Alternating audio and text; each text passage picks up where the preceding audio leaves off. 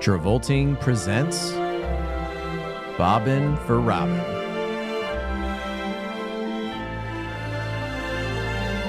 Hosted by Jeff Sweeney and Stuart Elmore.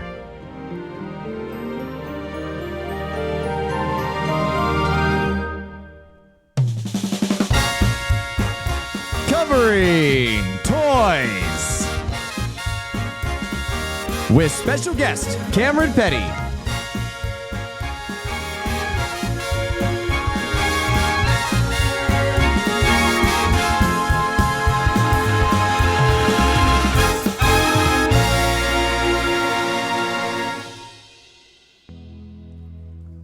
I cannot bring you comfort, then at least I'll bring you hope. Flex it, Jeff. Keep going. Nothing is more precious. Turn me alone. Look at my lighter on. All right. Well, I'm going to the best part. I'm going to the Oh, best you part. gotta. Okay. Yeah. Crank that shit. Oh, yeah.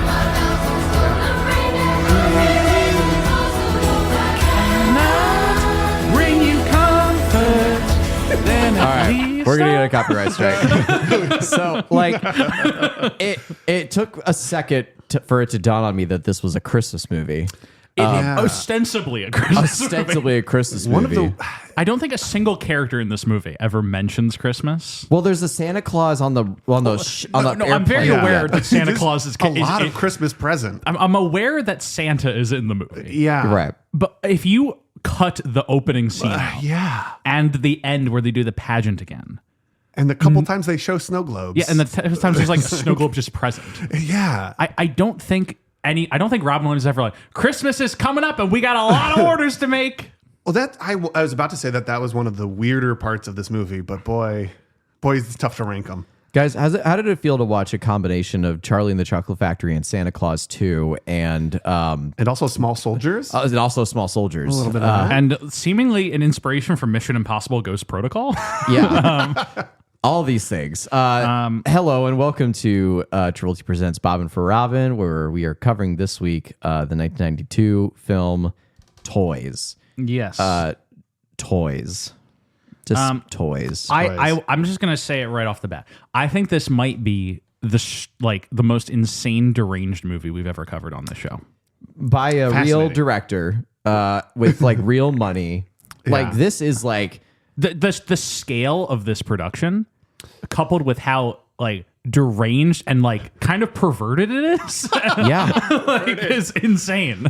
Well, I recently listened to your episode on Adventures of Baron Munchausen. Yes. Yeah. I know Terry Gilliam is also very kind of a surreal creator. Yes. How does this compare?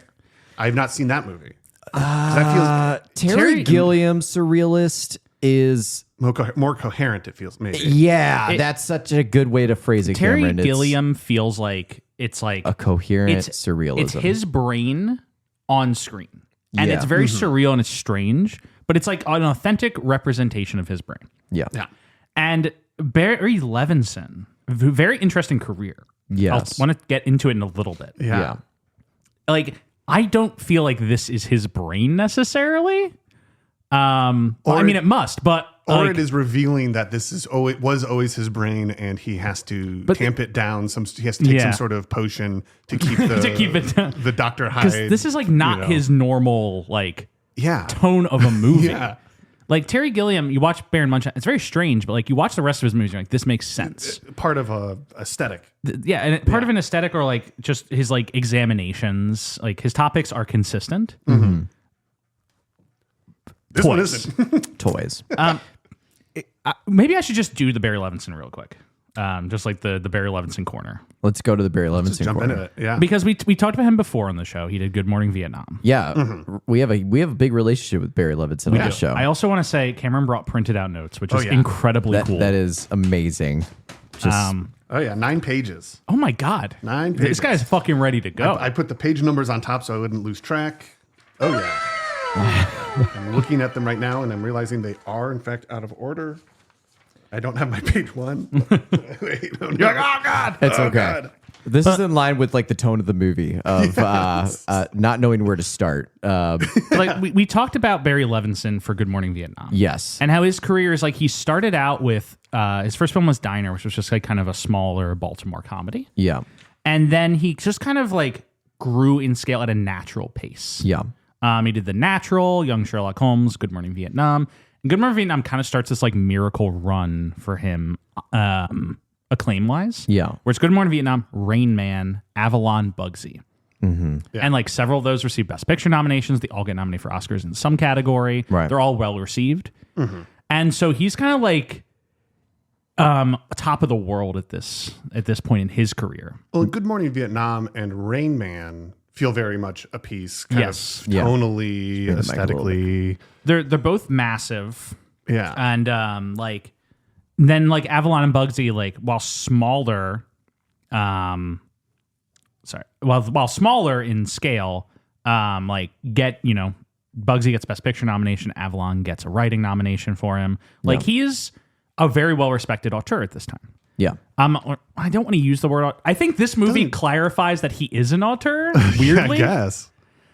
And so he decides he's going to cash his blank check that he's developed off of this kind of miracle run. Yeah.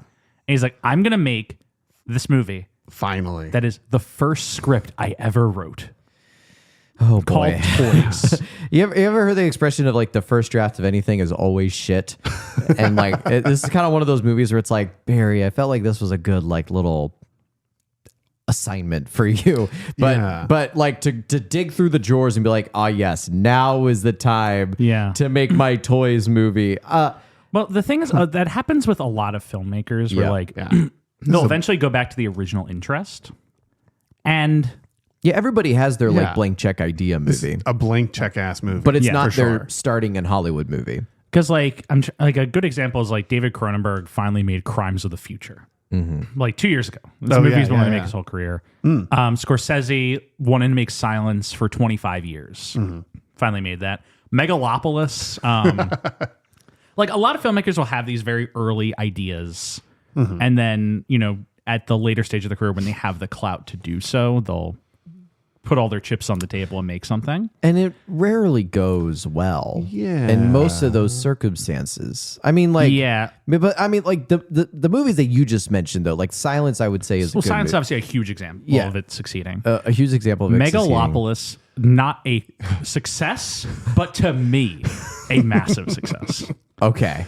Stuart, have I shown you the John Voight scene from Megalopolis? I don't need to watch any scene from Megalopolis. That's the erection one? It's the erection scene. I know of it. I've not seen any. The only thing I've seen is Adam Driver saying spoilers for Megalopolis for anyone at home. Fast forward 30 seconds. Stuart. You don't want spoilers.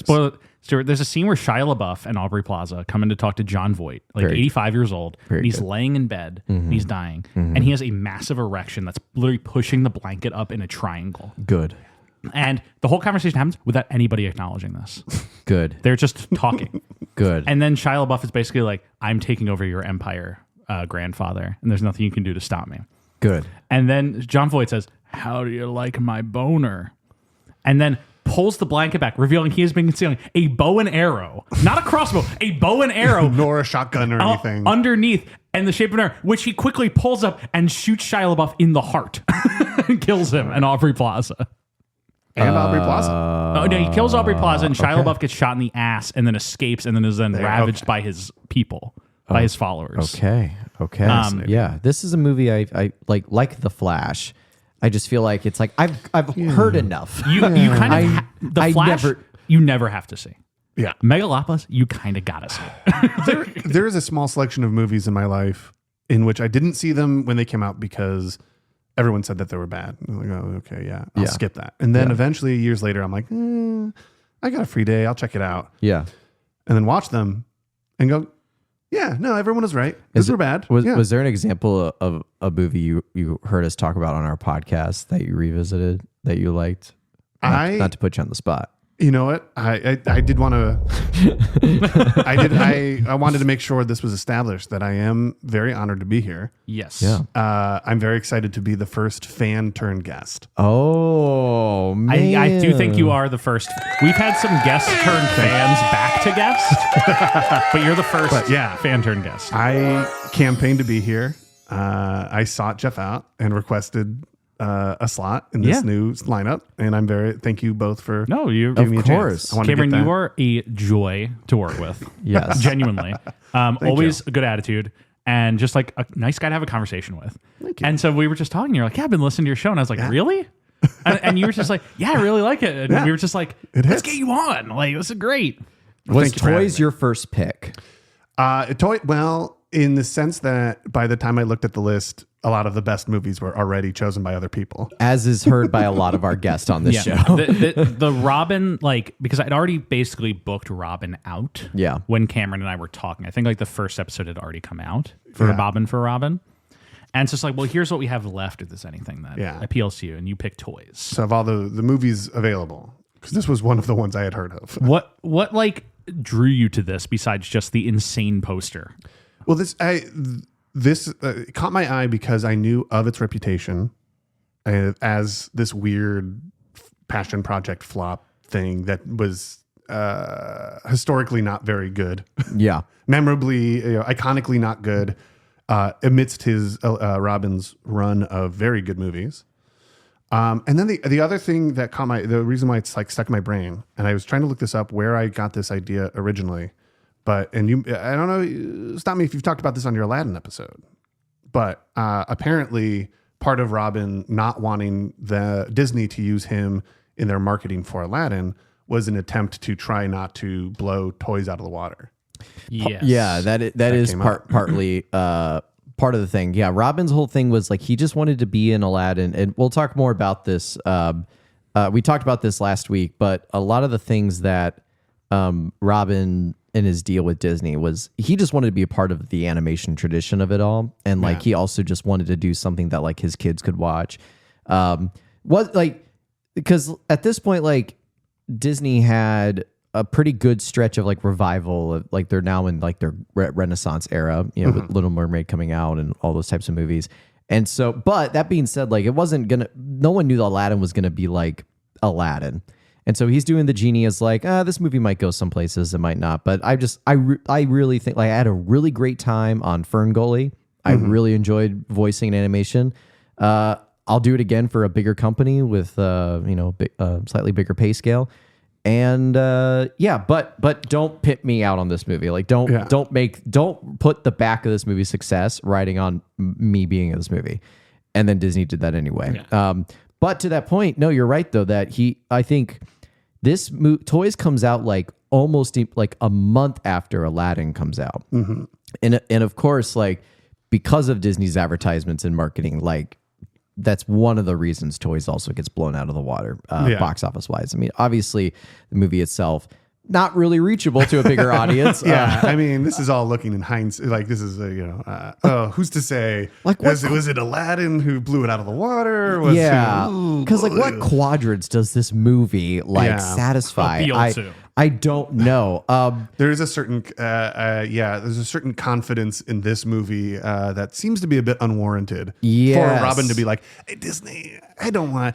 We got to make sure Toys gets its time in the sun. Right. I'd hate for Aladdin to overshadow the greatness that will be Toys. Trust me, in a month, it's going to be great. So I want to make sure it gets attention. I don't know if not having Aladdin would have changed its fate. Probably not. I want to show you guys if you can actually like. I'm going to try to scoop my laptop back so you guys can watch. This is the trailer for Toys that the infamous trailer that dropped. I don't know about you, but that last trailer. Oh my God. I've seen it. Fast cutting, big music. This is just Robin in a field. What about a different just Robin in a field. I'm Robin Williams, here on the world's largest soundstage at 20th Century Fox. That's right. This entire wheat field is in one building. A joke that I'm no one would get. To talk to you about an incredible movie, Toys. Toys trailer. Toys! There'll be a big lettered thing up Like here. the above entire me, trailer glowing. is just Obviously- Robin like riffing off of toys, and like it doesn't give you any clue of what the movie's going to be about. Nope. Movie about toys. When's a good time to bring it out? Rosh Hashanah? No. Christmas. So The Simpsons did a spoof of this. Burns his hair. That airs like a couple years, I think, after the movie is released. That has the same tone. Turn it up! Hello, I am Montgomery Burns. Now then, I'm looking for a suitable young male heir to leave my fortune to He's in the same when I wheat pass field away. as Yeah, it's in the Right. exact same Right. wheat Exact field. same wheat Vast, field. vast fortune. for no real reason. Vast. It's not. There's no other connection to the movie, to the trailer, other than the setting, Right. Which is a very funny, weird.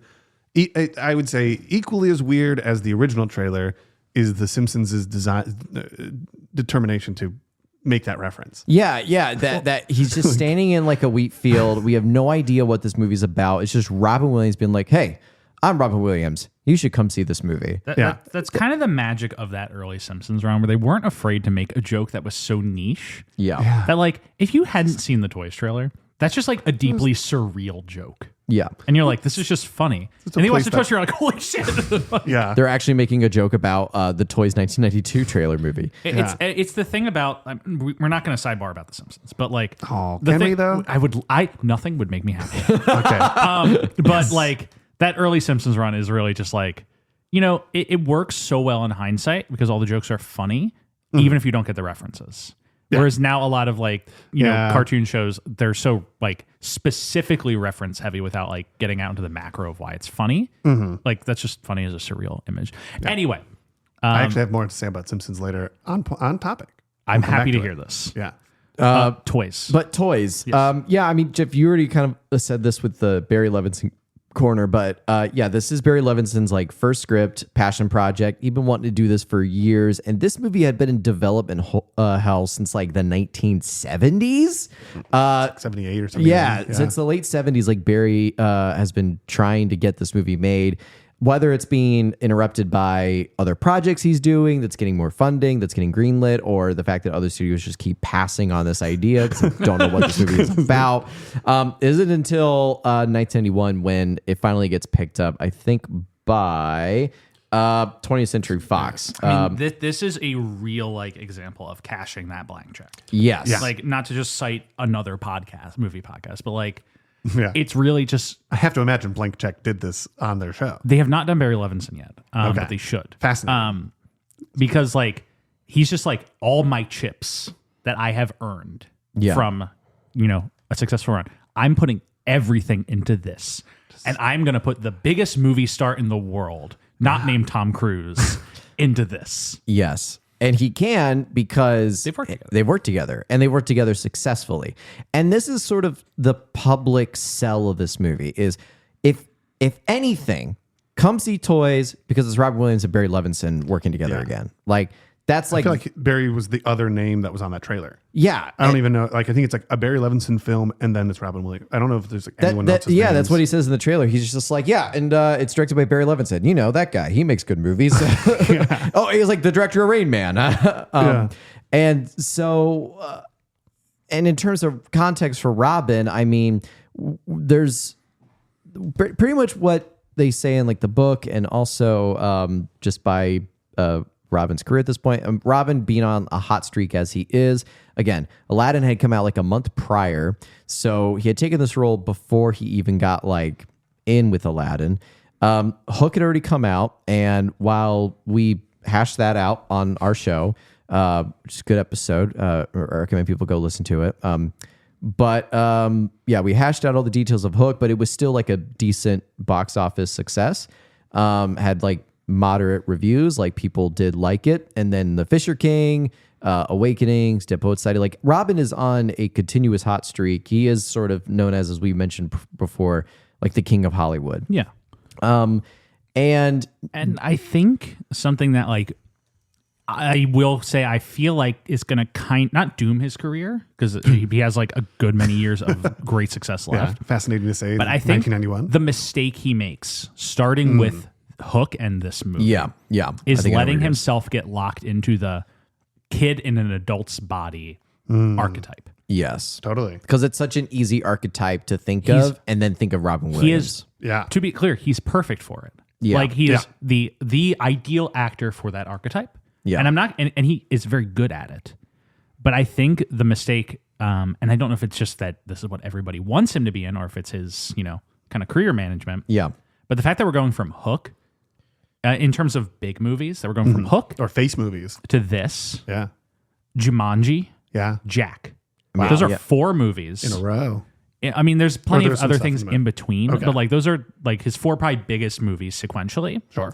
And in all 4 of them, the bit is Robin Williams is a kid who never grew up. Sure. Except for Hook, which is inversely about a kid who did grow up, but he has to stop doing reverse himself growing up. But I mean, it's even the same- Mrs. Doubtfire, which comes out right after this movie. That's the episode that'll come out next week. That is also like a man-child role that he's playing. Like, Central issue. Jumanji, he is a kid who got stuck in a board game and then is now an adult but still thinks like a kid. Yeah. Sure. Jack, the less said the better. Pretty clear there. But even like Flubber, like the absent-minded professor trope, and going forward into that. Because I think like if he had just done movies, to cite Flubber, which is a great sentence. Thank you. Like if he had just done things like Flubber, where it's like he is playing an adult, but like he's a little silly, Whimsy. like that's fine. That's perfect for him. Yeah.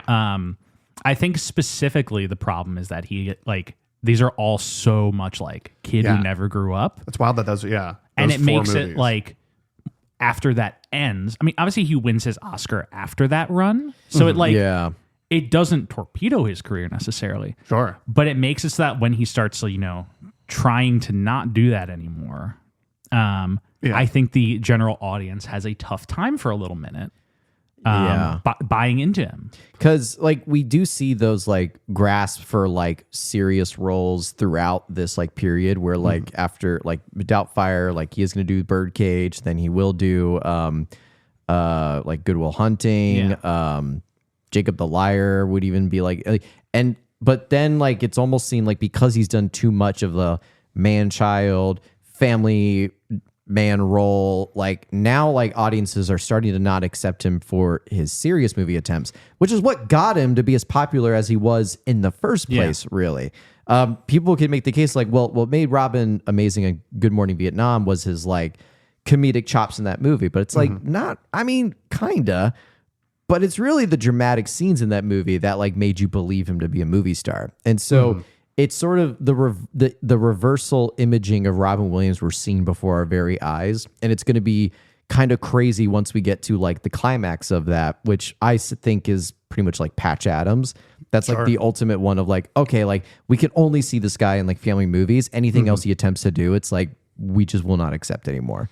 There's a bit of a Flanderization. Yeah. Simpsons reference. That's a good Simpsons reference. Yeah. Because like he should, which is not unique to Robin at all. Like that is kind of a familiar arc for a lot of movie stars. Is the typecasting?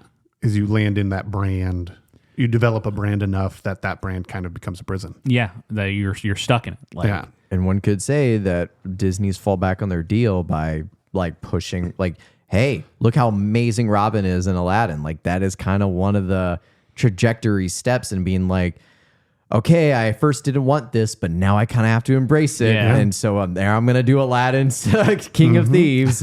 Because like he could probably like be fine if he had done like 1 or 2 of these man-child roles. In addition to the serious work he is continuing to do through this. I'm not going to say he's continuing to do serious work. Yeah.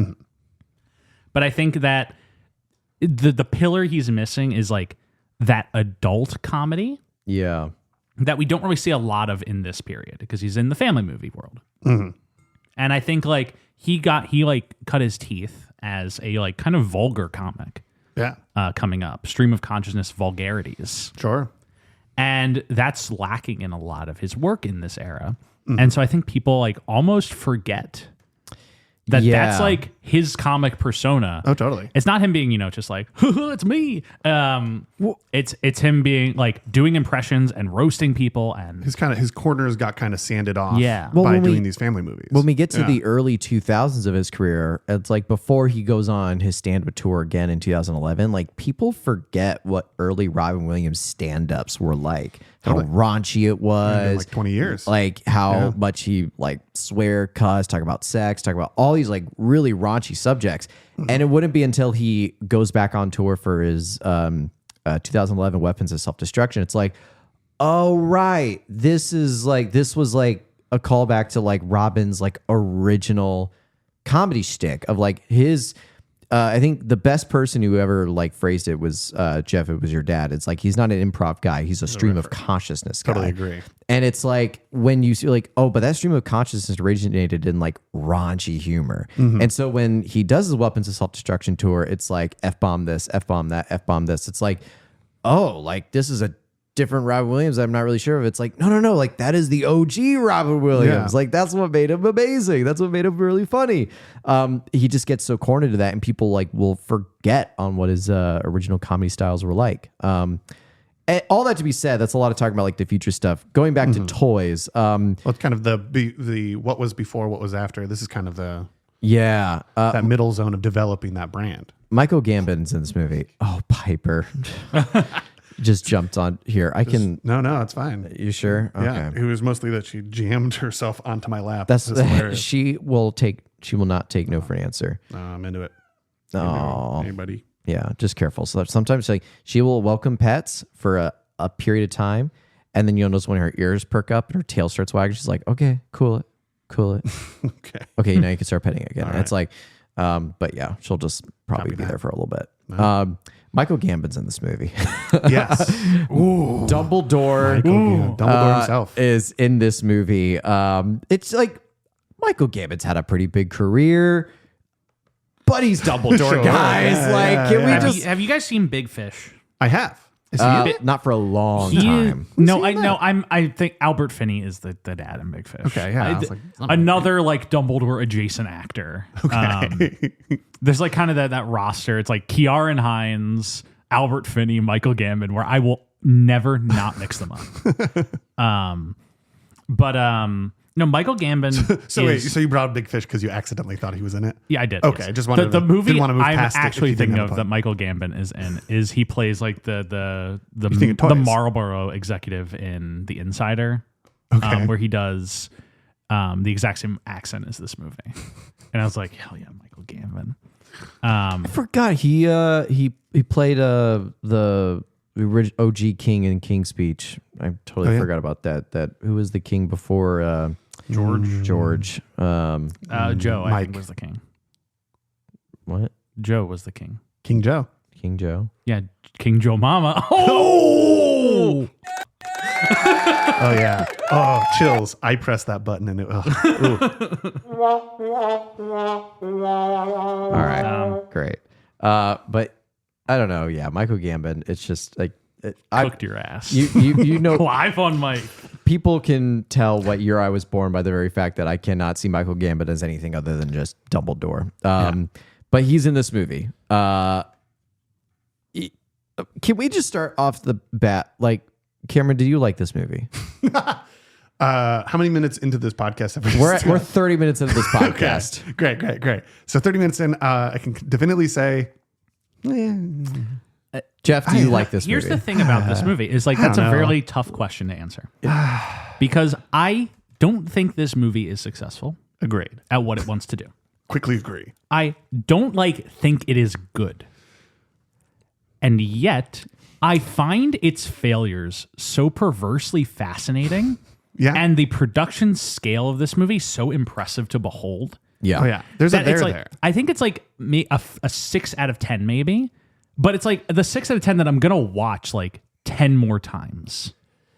If that makes sense. Where it's just like, it's one of those movies where I'm just like, I'm driving over. I watched it this morning. Okay. Ooh, and as I'm driving over here, I'm just like, it's kind of crazy they did that. Like, how do they like thinking about like, and I was like, I'm going to watch that again at some point just because I'm going to like be sitting around with nothing to do and just think about like, like the toys fighting the toys scene is like so insane. It's so I got sad. Things to say about it. It's like shot like the storming of the ghetto in Schindler's List. Yeah. Like it is very similar. Like it's like and I'm just like I'm and like it's just in my head now, and I'm just gonna think about it.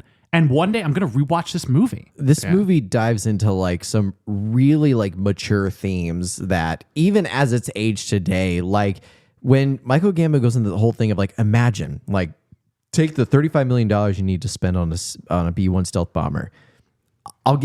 Give me $5 million and I'll give you 1,000 mini like drones. And I'm like, oh no, oh boy. Yeah. This movie like called the shot of like drone warfare being the new thing, and I was like, "Oh Jesus!" And the fact that it's like little kids are going to be playing these toys. This movie is so 90s. So 90s. Yes. In the way that it looks. LL Cool J's in it. Quite literally LL Cool J is in it. Yeah. That's how 90s it is. The look of the movie is, the colors are so 90s. The design of the toys are so 90s. There's like multiple sequences quite literally set on the Windows XP like home screen. Yeah. I think like literally like I think it's actually might be the same fields. Yeah. Yeah. But like, and then the theme of the movie is just the score and the soundtrack, the literal theme are so like it's synthy 90s of those like it's like synthetic voices. Yeah. It kind of goes crazy. But then like the movie's about these tangible toys and the games, the violent video games are ruining what we had. Also very 90s. It's so 90s. Very coded. George H.W. Bush. We're gonna get rid of the toys. Well, I mentioned I wanted to bring up Simpsons. Yes. There you go. Yes. This is, and now I bring it up a second time. Yes. I'll bring it up to your point that was Barbara Bush was against the Simpsons, and there was a whole like moral panic about the Simpsons. And I feel like Don't have a cow, man.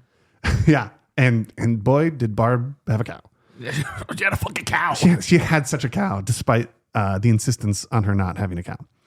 But I immediately think of that when you say, you know, that it feels so very 90s because of that moral panic about this newfangled video games, these new violent video games.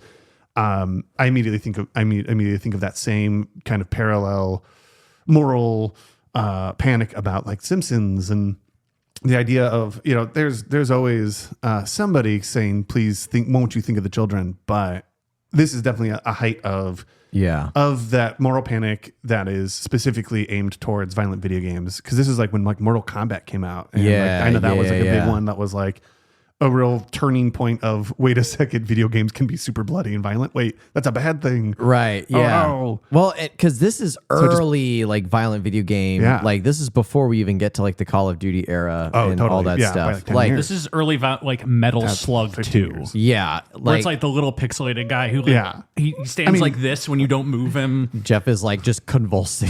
And he's like, and you go, and the guy goes, ah!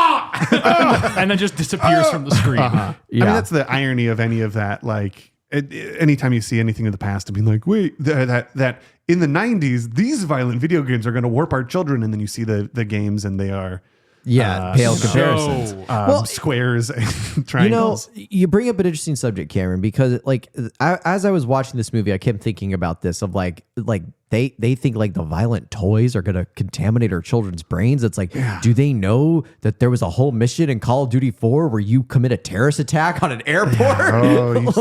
You sweet summer children. That because I only bring that up because like that is the one instance in my lifetime. And like, listen, I haven't been like major like into gaming since like, oh God, 2012. Same. I sold my Xbox when I was a sophomore in high school, and since then I haven't really been a video gamer until like very recently, because I'm dating someone who's very heavy into video games, and she's starting to get me back into gaming. So I started I picked up the console. And I started with The Last of Us Part 2, the most violent games you could possibly dive into. Oh, yeah. Now I'm in the Star Wars Jedi games, and I'll probably move to God of War next. But all that to be said, even like being exposed to all that stuff, seeing all of that go on, all the Call of Duty games, like COD Zombies, like staying up till 2 a.m. playing COD Zombies with your friends, like the only thing that ever sticks out is that like no Russian mission from Call of Duty 4. That's like the one instance I can think in my lifetime of like, did we go too far? The thing about like video games that I'm specifically, because like this is actually relevant for this movie. Yes. Yeah. Is like when games ask you to do kind of grotesque thing, and you brought up Last of Us Part 2. Yes. A game that is basically about this idea. Yes. Where it's like, you are you complicit in the actions of the game? Yeah. And like, you're the one who's choosing and like wants to play that, you know, that game with you. Yeah. And Call of Duty Modern Warfare 2 doesn't really do that. Right. Because you can choose not to shoot people in that game, but you're just like, you're still walking around with Makarov shooting people in the airport. Yeah. And there's no background to that character that you're playing as. Yeah. You just drop into this NPC and you're like, okay, here's our mission. Like, you're supposed to blend in with these Russians who want to, you know, commit a terrorist attack. Because like we've talked about, actually maybe we haven't, but have you ever heard of the game Spec Ops: The Line? No. So it's like a military shooter game in the Special Ops franchise, which like you're like, it's called Spec Ops. Yeah. And it's just like Dubai has been hit with a massive sandstorm and there's a bunch of bad guys in the city. And it's really all you like the context the game gives you. And so the first like half of the game is just like a shooter. You're just going through shooting terrorists or whatnot. And then you hear about a terrorist base and you call in a white phosphorus attack. Oh, God. And then it turns out it was a civilian encampment. And the game switches tone to become a deeply surreal, like Heart of Darkness, Apocalypse Now type game, where the game starts talking to you as the player about why did you do that? You're the one who pressed X. We didn't force you. You could have turned you could have ejected the disc. And the game starts playing with your complicity in the actions you're doing. It's like, do you know who these terrorists are? You're just shooting them. Do you know anything about them? And it's a really interesting way to invert like the military shooter format. Yeah. That's interesting. Which is like something that Call of Duty obviously does not do. It's just like, shoot these people in the airport, and then the U.S. will be responsible. And it's us saying you shouldn't have done that. But like, who cares? The Last of Us Part 2 does the same thing. Yes. The Last of Us Part 2 does the same thing, only I would say that and I'm going to try not to spoil only because like there is an actual show live airing, you know, as we're talking about this, but the actions that the game makes you take are, it's not more so built off the sense that actually, no, that's not true. I was going to say that it's not that the actions you're taking are immoral in themselves, but it's who you are committing these actions against is like the main trigger for a lot of people playing the game. Because again, like I never played it when it first came out. I've only played it like I finished the whole thing like a week ago. But I remember like when I looked into like the game's release, like that turned a lot of people off of like what the game was making these players do. But I kind of read that as like part of the point. All that to say, the whole reason, interesting morality around about killing things and military. The reason why we things bring that this movie does not engage with that much is because like this movie is in the same category of like this violent panic against like video games, where again, like in a few years, something more violent is just going to come out later, and we just get desensitized. So somebody builds a bigger bomb. So somebody builds a bigger game. You got to think like for people, you're like, Betty Safdie, what are you doing? 1992's toys. For people who got like really triggered from The Last of Us Part 2, it's like, and in 10 years, we're going to look back on that and think that was like, you know, like baby food. Like it's just like, with each new decade of video games comes like something even more like grotesque that makes the prior decade seem like, oh, that was really nothing. The people of the 1992 were naive fools to think that was all we had to worry about. Yeah, they thought Mortal Kombat was bloody back then. Wait till they see like what the new Mortal Kombat games X-rays to see the bones snapping in their bodies and stuff. Yeah, it's wild. Anywho, but this is only one facet of what this movie tries to be about. And I use the word tries to be about because this movie tries to be about a lot of things. This brings me to a clip I want to play from the 30th anniversary featurette that came out. Describing a movie can sometimes be as difficult as making an elephant fly. What is this movie about? Many things. It's Barry Levinson in the field. But most of all about toy. Hey, true though. It is mostly about toys. We're going to put it up there. I can't tell you. He wrote it. What am I? I'm just giving it to you secondhand. For a long time, no one understood what toys really was about and what it really looked like. And if somehow it finally is there and you can look and you go, oh yeah, I understand that. Can you compare it to anything? Mr. Levinson, what was that? What was it about? Yeah, like But, that's the thing sir, is like what's the end of that sentence? it's though? one of those things where it's like What do you think it was about, Mr. Levinson? name a more like annoying. I'm gonna be very careful here because but name a more annoying trope in certain like filmmakers being like, I'm not gonna tell you what it's about. You'll figure it out in like 5 years when you really let it sink in. That's frustrating. Like no, like you need to know like what you are making the movie about. Yeah. And maybe even if you do, like if you guys seen what's the movie Denis Villeneuve made with Jake Gyllenhaal? Enemy or Prisoners? Enemy. Which one? Yeah, Enemy. The one where there's two of them and the big spider? Yeah. Because like you hear the story about like he made like the cast sign like NDAs to not talk about the meaning of the spiders in that movie, to leave it as like very ambiguous of like what was this movie about? Like what's the hidden meaning of the spiders? And like obviously a lot of people have like made their own thoughts and their own essays and theories on it all.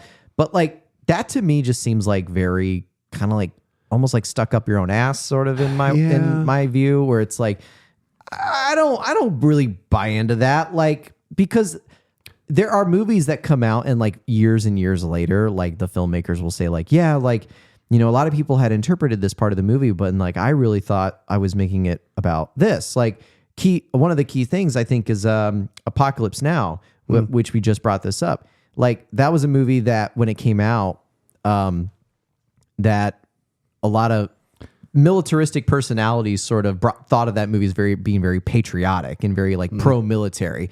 When Francis Ford Coppola, like even at the time of making the movie and many years later, would be like, no, this was an anti-war film. And like, I did not want people to like watch this movie to get pumped up for war battles. You know what's funny is we're having this like discussion right now about violence in video games and movies and like pro-war films. And Cameron, where's this movie set? What's the setting of this movie? In Moscow, Idaho. in a toy factory. It's entirely in a toy factory. Which is just it's so. That's why I can't say this is a bad movie. Yeah, because I'm just like, it's not successful, but it is very interesting. Yeah, there's a lot happening. None of it lands, but sometimes you just want to watch a thing explode, and it's more interesting that way. Well, I will also. I think the thing I'll say about your point, Stuart, about like the pretension of what do you think our movie's about? This movie, it's pretty obvious. It's not a very deep movie in my eyes, because it's like, oh yeah, it's the value of tradition against the crushing wave of modernity, old toys versus new toys, and then like also military stuff about budgets and things. So it's like there's not actually that much depth to this movie. Yeah, visually, but there's a lot of like itself up as being deeper than what it is, and that's the frustrating part of it. That like there's a weird energy around the movie from Levinson and maybe Robin too, or so. There's that this is a art flick because aesthetically it is aesthetically surreal. Yeah, and there's some aesthetically interesting and weird choices and like off kilter choices, but like story wise, it's like Small Soldiers, or whatever. You know, it's like it's not that complex of a message. It's a pretty clear on the surface. It's pretty. Old toys are better than new toys, and that is as in tradition is better than modern. Tradition is better than like just sticking with the next iteration. Yeah, and, the new violence technology is scary. Violence Christmas is good. Christmas is good. Old toys, wind-up toys are better than toys with batteries. Sometimes the old ways are the best. Yeah. It made me, when I was watching this movie, like there was a scene that like I kind of went into it thinking this certain mindset, because like I knew sort of the rough like the synopsis of the movie being like, there's this toy maker who is on his deathbed, and he like his last will and testament is he gives the family business to his general brother rather than his son, who's been kind of like the right hand of the business. Because he doesn't think his son is ready to run the business. And Michael Gambon, who plays this like general brother, like he obviously views this company of going through like a military viewpoint. And when this first like 15 minutes of the movie is happening, like I'm watching this thinking like, is this about like corporate regime changes? Like there was a moment, kind of, yeah. Here's where like it's sunk into stone here is because like Michael Gambon like starts off in this movie when he's taking over, like it's called Zevo Toys because their last name's Zevo. Gambon's like, okay, like I don't know much about the toy business, but I know a lot about the military. So I feel like if I run this like a good military, like good things will come of it. Yeah. And Robin Williams, who plays the son of like the deceased like toy maker, he's running. He obviously has like instilled all of these philosophies and ethics and moralities of how we're going to run this company. Like we don't really believe in military toys and we're more about like pacifism. And like Michael Gambon's like, oh no, that's fine. And you still do your thing. Yeah. I'm just got my side project over here. And like, it's the scene where they're in like that room talking about the crossword puzzle attacks them. That's the most interesting. That's the most interesting bit. Cause like the room like closes in on them. And like, to me, it's like, oh yeah, this is like Barry Levinson talking about just like as the corporate regime change is taking place, it's like what was once like a primary, it was once a free space appendage of the company is getting shrunk and shrunk and shrunk to make room for this newer thing. But one of the things I just looked up as I was thinking about this was like I remembered we talked about this on the Aladdin episode when it was Jeffrey Katzenberg who was at the helm of Disney, and how it was under the Jeffrey Katzenberg regime that you hear all these crazy stories about like Black Friday on the animation front. He was also at the helm of like Robin Williams' marketing deal for Aladdin, like all these kind of gross, gnarly things. And then it wasn't Michael Eisner, I don't think, but it was somebody who came right after Jeffrey Katzenberg who like made the whole apology to Robin Williams. I'm trying to remember. I forget what his name is, but he wasn't there for a long time. It doesn't matter. It's the next guy. Right. It's the next guy. But it made me think about like this gives me feelings of like going from like whoever it was before Jeffrey Katzenberg and then Jeffrey Katzenberg coming in and be like, this is how we're going to start running this place now. I think of that. And then you have the military toys shooting their regular toys. Yeah. And then it takes on a whole other thing of like, wait a minute. Okay, so now we're talking about like... This is so clearly like when he says, this is my first script that I wrote. It's so clear. Yeah. It's like a young filmmaker has like this idea about like a toy factory. And he's very politically engaged. And he's very interested in the military industrial complex that's seeping into American politics and like pushing out creativity as more money's going to the military. And he has this great idea for doing that in a toy factory. And he writes that script. Yeah. And like, yeah, it's in theory, a fun idea. This movie has a great layup as a comedy and then doesn't really want to be one. Yeah. Like there are funny scenes in this movie. But the pitch, if you tell me your movie is a guy runs a toy factory, a silly guy, and his uncle inherits the factory, and he's a military guy, he's going to run it like a military base. That's a funny pitch. You make that as just a comedy, could probably be pretty funny. Yeah. This movie's like attempts to reach beyond that. Yeah. Are both perversely like really interesting. Like I'm very compelled by like what he's trying to do, even if it doesn't work. Yeah. At the same time as I'm like, it basically torpedoes the whole movie. Like it's basically like you can't really you can't get away with the comedy bit if you're going to go that far. Because I think what he's trying to get at is the college student's thesis that this movie was in 1978. Yeah. That it is the like what I'm trying to get at is war is bad. Yeah. Yeah. And what I'm getting at is corporate overreach is bad. Like the scene that you mentioned was with the walls literally closing in on them in this fun, surreal way as they're trying to have a meeting about their fake vomit. The toys of the past get literally crunched by the military, the corporate overlords. I thought that was one of the most interesting uses of the surreal visual language of the movie, but also it's a very obvious bit because get it? The walls they're losing space. Yeah.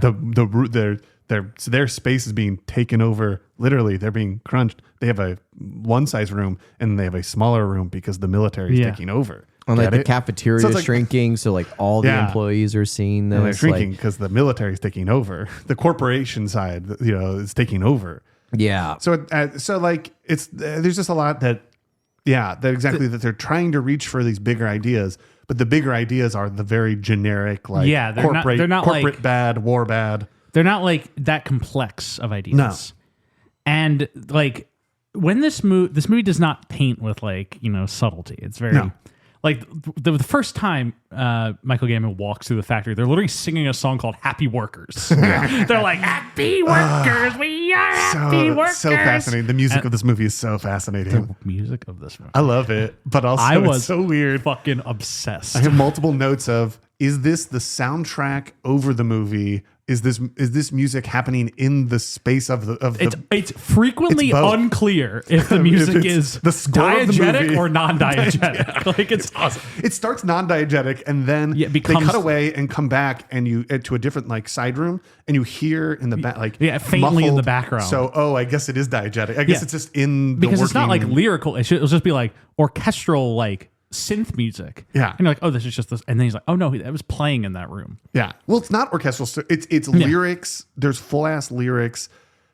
Like it's a needle drop. Yeah. That then you, as you, the montage of the workers, one of the workers is like mouthing along to the lyrics of a needle drop. Yeah. So it's like, wait a second, that guy can hear it. But then the general is not acting like he can hear it. And wait, is this diegetic or not diegetic? Can I share like an anecdotal story about my time working in corporate America? Yes. So, does this have to do with you singing a song? No. Okay. But it does have something to do with like a business changing ideas and sort of the effects on employees as it is. So I used to work for a music retail company, and it was my first job after college, and the main gig that I got was phone salesman.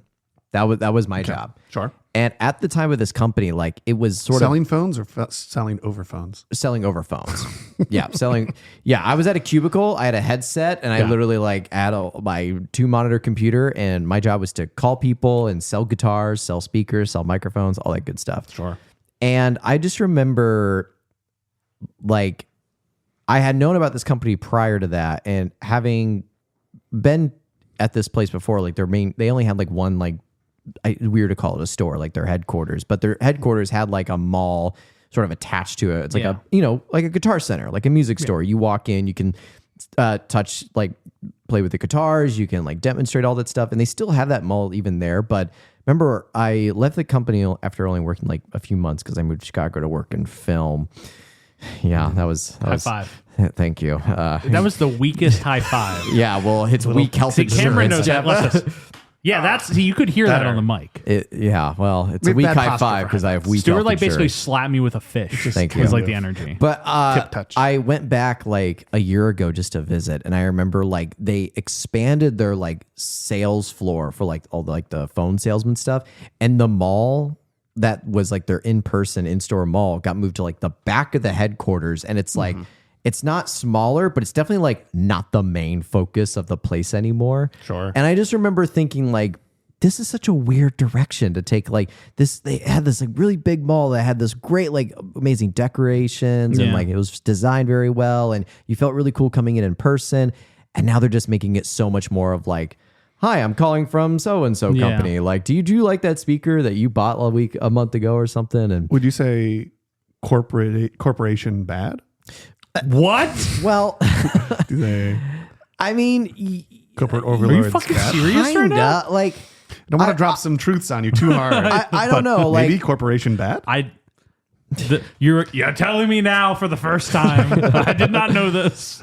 It's just totally. I mean, that's what a good visual. Like, yeah, I have to imagine that was such a good visual metaphor for that. Like weird. It's a weird like change you see before your eyes, like as you're walking to work and you see like the doorway that's got that the sounds big, like a bummer. Yeah, the big construction sign because they're building like more like sales floors and all that stuff. And it's like we're becoming less of a mall and more of like a call center. It's really what the building has turned into now. It's more of a call center at this point. Just a very interesting like way that a business shifts in front of like a worker's eyes that you see it. Shifting the conversation, Robin Williams in this movie. Yes. How would we feel? I think it's one of those performances. Hold on a second. That I'm just gonna get a. I think he's doing what is asked of him. As much as I think what is asked of him is nothing. Like, yeah. No, I totally agree. There's like a few moments where he gets to tell a joke, and it's like funny. Yeah. Where he improvs, but it's like when he is doing his improv, it feels different than the character as written. Yeah. Totally. Yeah. And because like he doesn't seem to have a grasp on this character is ultimately, I guess, my thesis of it. Like, he's doing what is asked of him in the script because the character is so thinly written. Yeah. That I don't think he can get a grasp of it. He's doing the scenes and he's not bad, but he's not good. Well, I think to me he's is kind of the best example of how I think one of the challenges I had with this movie is that everyone's operating from like a 3 to a 6 in a movie that they're in a way that is just kind of like didn't work for me. Yeah. In that like everybody in the cast is all this kind of subdued. It's kind of low energy. Yeah. It's kind of not given a lot to do. The only person that thrives in it is Joan Cusack is good at her kind of weird spacey like energy, and it works to be at a like 5 and kind of float.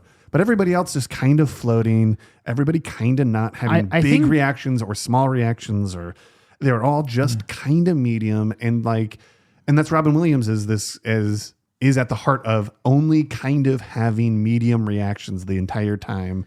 And then there's these little bursts of like riffing. He does a little bit of a riff and then kind of collects himself and kind of walks down the hallway at a 6. Yeah. Because like I think Gambit is the one guy actually who goes big. Agreed. And it works really well and for the movie. movie. Didn't understand it. Like he's the one guy who goes to like a 10 frequently. Yeah. Kind of unrelatedly to the scene. Like, the arc of his character I could not track. I think he does go to a 10. I think he makes the right choice going to a 10. Yeah. Because I was drawn to his scenes because he's like going big. Yeah. In the same way that like you watch the Robin scenes. And for the scale of this movie and like how it looks, this looks like a cartoon. Yeah. Quite frequently. You want him to go big. You kind of like, you're like, you want to be Willy Wonka. You want him to like go full Willy Wonka, go full fucking like Genie even. Yeah. Because I think that's what this movie needs from him. Yeah. Is you kind of need him to play the zany inventor type. Instead, he's just like kind of like mumbling through the scenes. It's really strange. I wonder if I wonder what it would have been like if he had a character closer to his character in Flubber. Speaking of Flubber. Yeah. Like I feel like the absent-minded professor-ness of Flubber could work really well here. The energy of that character in this movie, would feel appropriate for his role in the movie. You know, the where he's supposed to be this eccentric inventor, kind of naive, childlike guy. But if he had the energy of where he was at in Flubber, that would, I think, elevate this movie. I agree, Stuart. Yeah, I agree too. Because like you see a lot of the and I think Barry Levinson, from his time working with Robin Williams in Good Morning Vietnam, was his takeaway, it seemed, from that movie was just put Robin Williams in a situation where he can thrive and he will thrive. Yeah. So what does he do in this movie? He puts him in a suit that's on fire. Yeah. And it's like, this will be great. Robin will have great things to say. He does it. Yeah. He makes like maybe 2 jokes walks in that scene. The scene where he has like the noise machines. Yeah. Like Robin does some pretty good like physical bits in that movie. but like not much else. He's at a 6 wearing it's like and Barry builds this like fucking huge factory around Robin Williams. And like Robin, I don't know if it's just like Robin was just not, I don't know, like if he thought the stuff around him was enough energy for the scene, and if he put more into it, it would have gone over the top. I don't know what his thought process was in that, but the result of which is like you have all these whimsical, amazing like production design and costume design and hair and makeup and all these props and things. And like we talked about last week where like in the sound booth of Aladdin that like you put like a table of like gizmos in front of him and he can riff for like 14 hours on it. And I don't feel that energy with Robin in this movie. He does not feel miscast. This feels like the correct role for him to play. Agreed. In this movie. That man-child role. It just seems like somewhere in the way that Levinson was able to find this perfect calibration of Robin in Good Morning Vietnam. Yeah. He does not succeed at finding a calibration in this. Yeah. Because like I don't understand like what's the choice with Robin's energy in this movie. Well, there's a thing. There's a there to contrast the zaniness of because there's like the idea of like magical realism. Yeah. And that a core idea of that is that the magic of the world goes unremarked on. That a magical real world is just a world, and that's similar with surrealism, which this movie definitely is firmly surreal. I think it's intentional that it certainly is intentional that they don't remark on the zaniness of the toy factory at all times, or the general doesn't come in and go, wait, why is it this way? Why is it that way? That is just the accepted reality of this world. So there is like something to the idea of the tension, or there's an interesting contrast between people who are just normal human beings in this heightened world, except it's boring. Yes. Except it is kind of boring. It's not interesting to watch. It's not interesting to watch. Because like the opening sequence where it's like Michael Gambon comes to the factory to meet his brother who is dying. And he's like the Willy Wonka type who built this whole empire. And he goes and he meets him. And the guy's like, he's like dying. So he's not like, Krusty the Clown. Weirdly, just a normal guy. But he's like sitting there and he has like this like little hat with like, it's the what do you call those hats? Propeller hat. Propeller beanie. The propeller beanie. Yeah. And this guy, at how well you just pulled that out. Propeller beanie. Yeah. Those are and amazing. Nailed it. But like this guy has a good energy for like, you can tell he's like a child at heart, like kind of Walt Disney type. Sort of. Who's fun. Sort of. But he's also just kind of a guy. Yeah. But he has this like this gimmick and he's like, oh yeah, if this thing stops spinning, that means my pacemaker is failing. Yeah, which I do love. I do love that. And I'm like, okay, so like we're setting up the idea that this family is very fun and wacky and childlike. And then all of the like the circumstantia around them all, it does fit that mold. Mm-hmm. And then the performances, we're just kind of talking in this truth, but like there's nothing to it. Yeah. Like Robin's introduction is we start like inside of a house, looking at a living room. Fold out house. And then his hand comes in, he does a little voice. Camera pulls back to reveal the exact same, this is a scale model of the exact same room that they're standing in. Mm-hmm. And that's where we meet Robin, and you're like, oh, so like he's a larger than life personality is like the visual language of this. And then he's just like, kind of not. Yeah, we're going to our dad's funeral. And then he's like, huh, good one, Dad. As he has like a little like laughing chatterbox. And I'm like, why is he so low energy in this movie? Yeah. Because, I think that even the dad is a good example of, because you were saying that he has this like whimsy to him. Yeah. But like only a little. But weird. But he's he's so matter of fact. Yeah. Is that whole scene is this like expository, hey, hi, brother. Thank you for coming in. Yes. So I'm about to die, and I will be perishing shortly. Yeah, I'll be perishing shortly. So I'd like you to take over the business because my brother or my son and daughter cannot be trusted with it. Thank you. Is the like tone at which it's presented, and again, there's this like there's a compelling contrast between the matter of the fact, normal human being conversation. This is just the guy in charge of a company. Yeah. And also, he's wearing a propeller beanie that is connected to his pacemaker. Isn't that there's the tension between the surreal nature of that and the seriousness of the conversation? That's something maybe. And then there's 2 more hours of that, and actually, no, it's kind of boring to have that for 2 hours. This movie is so long for how this movie quiet this movie is. It's only 2 hours, but it feels so much longer. I have it in my notes somewhere that I did clock when I went. Oh, here you go. At an hour and 11 minutes in, I was like, man, there's so much more movie. And then at an hour and 27 minutes in, I was like, man, there's so much more of this movie. Yeah. Jesus Christ.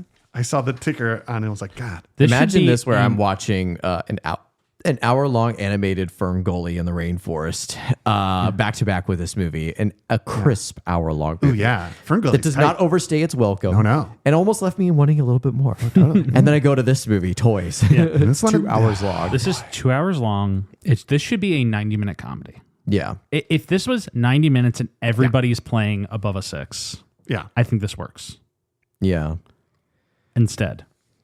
I feel like we've kind of summarized more or less like the first act of the movie. Yeah. Since like it's just really like the military guy comes to take possession of the factory from his dead brother, and Robin Williams is his nephew, and like it's like the push and pull of the two of them. Well, and I feel like we can almost summarize this movie fairly quickly too, because like there's also just a lot of like just scenes that have like standard business and stuff in them, but like nothing really that important. Like there's a whole B plot of Robin Williams and Robin Wright. Robin on Robin. Robin on Robin action here. Robin squared. One scene, there is a Robin on Robin action scene. Yeah. Yeah, there is. And like, how did you guys feel about the Robin on Robin, B plot? I was into it. Like, I was very charmed. They're two good actors who are very charming and are charming together. Yeah. And then ultimately it doesn't really have a point. It doesn't have a point. No. It's like, just also a thing that happens.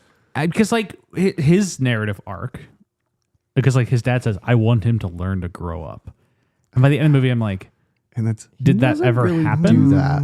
He like kind of. He like slept with a woman? Like, yeah. Is that what you wanted? Well, my brother, I am going to die and appoint you the CEO of the factory so my son can get laid. He also apparently hired Robin Wright, Gwen, specifically so that his son could get laid. The day of his death. This company like clearly does not have a good HR department. Yeah. Well, I will say, here you go. I will read off a couple of time codes that I recorded, because I think this illustrates a little bit of what we're talking about the length and the pacing and the energy of this movie. Is that all right? So 5:45, that 5 minutes 45 seconds for the opening sequence. So almost 6 entire minutes for a sequence that is just for the credits, and it's just, you don't understand what's going on. It's just for the credits. 6 entire minutes of that. 14 minutes in, there are 2 musical montages. Cool. Cool. Then 23 minutes in, and it's still the general's movie. Yes. So 20, and then almost basically the first entire half an hour, we really only see the general and like what the general. He's the main character for that. He's the main character. It almost feels like Michael Gambon is almost the main character of this movie until like halfway through. Like it feels like the POV doesn't even switch until halfway through the movie when Robin Williams like actually takes agency, sort of. Here you go. 27 minutes in, we start to understand the plot of the movie when he's starting to talk about war toys. So we're like, okay. So again, a half an hour into the movie, we start kind of the initial conceit of the theme of like, oh, the general wants to make war stuff. Mm-hmm. But then 35 minutes in is when I said that it's finally Robin's movie, because he finally shows up and he meets Robin Wright. And that's when, Robin has anything to do with anything, because we get his B plot with Gwen. Yeah. And that's 35 minutes into the movie. Absurd. Which is why. Genuinely absurd. That's when time to like have Robin finally take over as the main character. Yeah. Then 50 minutes in, we finally get the stakes of the movie, because so 50 minutes in, there's a scene. Oh my God, yes. Between Robin's Leslie and Gwen on the road, and he says, if I get the general to stop making war toys, can I take off your training wheels? She's learning how to ride a bike. She's cute. Oh, what a manic pixie dream girl she is. Oh my God. But that's 50 minutes in. He says out loud, like, okay, if I have him stop making war toys, then you and I, Gwen, which sounds like it is more of a coherent like structure of a movie where like, oh, that, you know, he needs to win her affection by standing up to his boss. It's not that clear, but that's 50 minutes in. At an hour and 11 minutes, I was like, oh my God, there's still another 50 entire minutes in this movie. And and then a lot of my then there's just a big chunk, and I would say like maybe the last half an hour is all dedicated to the last like major sequence of fighting and war and combat. And it's a long sequence then. So the last sequence with the toys, I don't know if we're already at that point yet, I don't know. but it goes on for so ever. long. And yet, it's so perverted and strange. It's that I am just shot sitting so there. They're like, throwing oh, toys. it's shot awfully, so poorly. But I am yet sitting there, just like. Have you guys ever seen Babe, Pig in the City? Yes. I have a million. Probably in theaters. So like the first or Babe at my youth group in church. The first Babe, very nice movie about a pig living at a farm. Yeah. Very pleasant movie. George Miller produces it. And then he's like, I'm going to direct the sequel. And the sequel, obviously Babe goes to the city. And the city is a surrealist like nightmare. Like, yeah, it's a kid's fictitious version of a city. It has the skyscraper of every major city in the world in it. And there's a sequence where animal control comes to raid the house that all the stray dogs are living at. And it is earnestly shot like, I invoked this earlier, and I don't mean this to like, just to pick like the saddest, most awful event ever, but like it is shot genuinely evoking the raiding of the ghetto sequence from Schindler's List. Is like the animal control taking all the dogs out of the dog hotel in Babe, a Pig in the City. It is one of the more absurd and upsetting sequences in like a kid's animal movie I've ever seen. That's because you haven't seen Dog Hotel. I've Dog Hotel. But it's like, it's so strange. And I think it works. It pays off like a slot machine because George Miller is a very weird director. Yeah. And very like strange and surreal. And he allows that to seep into the sequence. And I think Barry Levinson at this point in his career has so firmly entrenched himself in like a certain degree of naturalism. Yeah. That he's struggling to evoke the feeling he wants in this movie. Yeah, totally. Like he's having them all play it like they're in Rain Man. Yeah. But he needs to play it like it's Babe, Pig in the City. Sure. He needs these cartoonish personas to take over. And the one who's getting it is Michael Gambon, who I'm going to keep saying is just like, yeah, no, I totally what agree. if I just go fucking I'm crazy? so there with you. Joan Cusack also. And Joan Cusack, yeah. And Joan Cusack. Yeah. When is she bad? When the is answer? she bad? Never. Where is she in her career in this point? Is she at the beginning or middle end? Not end, but beginning or middle? I don't know. I don't know. Beginning of Joan Cusack, right? This would be, I think she has already received 1 to 2 Oscar nominations at this point. Okay. So she's in the middle of her peak career.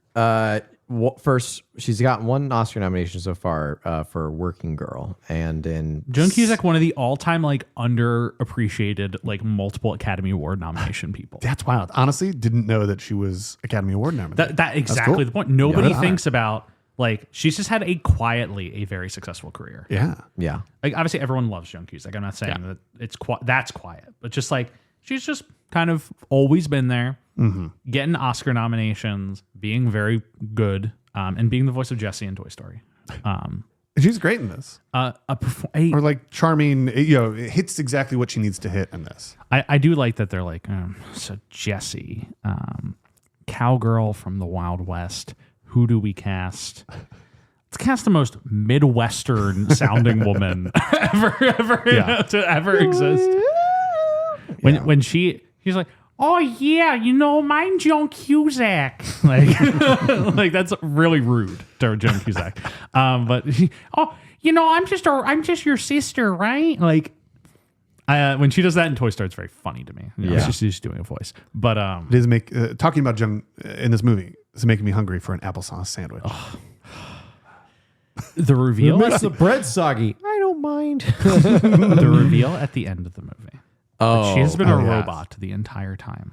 That was How good. do we feel about it? I liked it. It doesn't mean anything. Like it doesn't impact anything. Yeah, that's what it's saying. In the like, falling action at the end, and it's just kind of an afterthought kind of thing. Yeah, I think it is sort of an afterthought. That's why I kind of like, I get it. Sure. I buy it. I think What a weird, quirky detail. A funny joke in the 90-minute comedy version of this movie. Yes. In the 2-hour dramatic version of this movie, it is an inconceivable decision to make. Well, it's back to that, like, this is a student film or a student script where, and actually it's funny because I have some notes about the differences between the original script and what was filmed.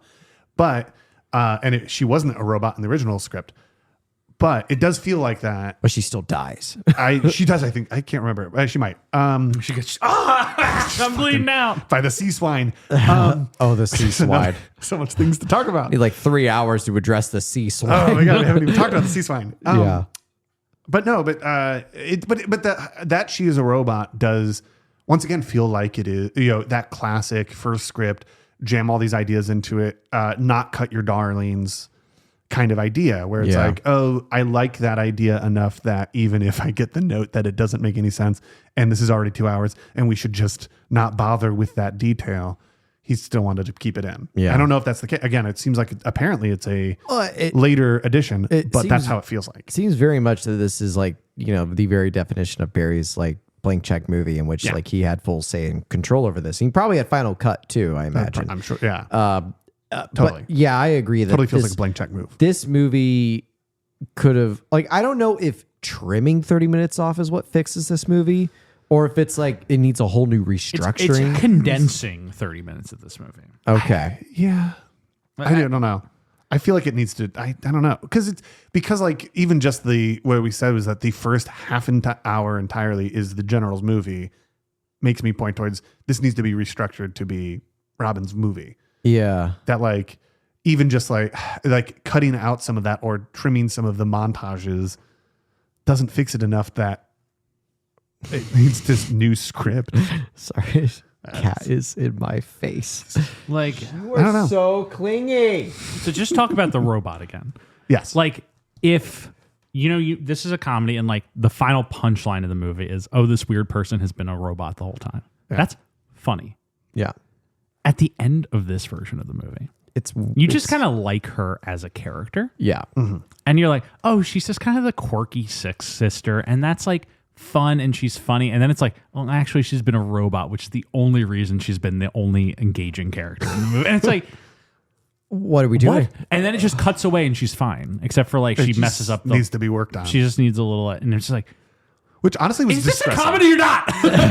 it was distressing to see her in the epilogue not be back to normal because there's an implication that it's going to take a minute for him to repair her. There's a line that's like, oh, I just got to tweak her some more. But I'm like, wait, but that's the thing. Is like be messed up for a while. That's kind of ethically weird. Well, she was actually the original main character of AI, Artificial Intelligence, a movie that we're going to talk about later in the show. And it's going to track Joan Cusack's character across eons of human existence in a post-apocalyptic nuclear hellscape, just still wandering across the globe. It's like, have you seen that Rick and Morty bit? Hey guys, it's me. I'm the robot. It's like that bit with Rick and Morty with Jerry, the robot, and he gets like woodpecked to death and found at the bottom of the river. And then it's just like he can't die. It's like Christianity all over again. Have you started emotionally preparing for our AI episode? No, I've started. I've started building the mental barriers. How far down the road? I almost don't want to emotionally prepare myself. I want it to break me. I am ready to be broken again. I've like been starting to build the bit.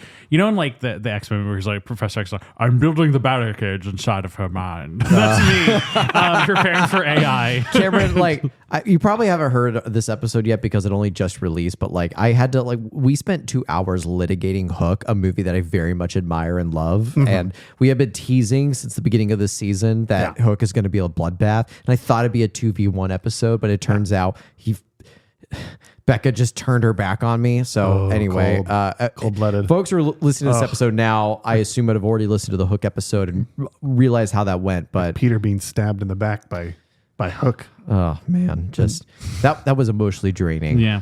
So AI will be emotionally. I think we'll both be on the same page for AI. I think we will too. Except I will be crying through as I'm. I'm more of a wimpy baby than you are, though. I'm quicker to cry than you are. Stuart, I almost cried thinking about AI a few days ago.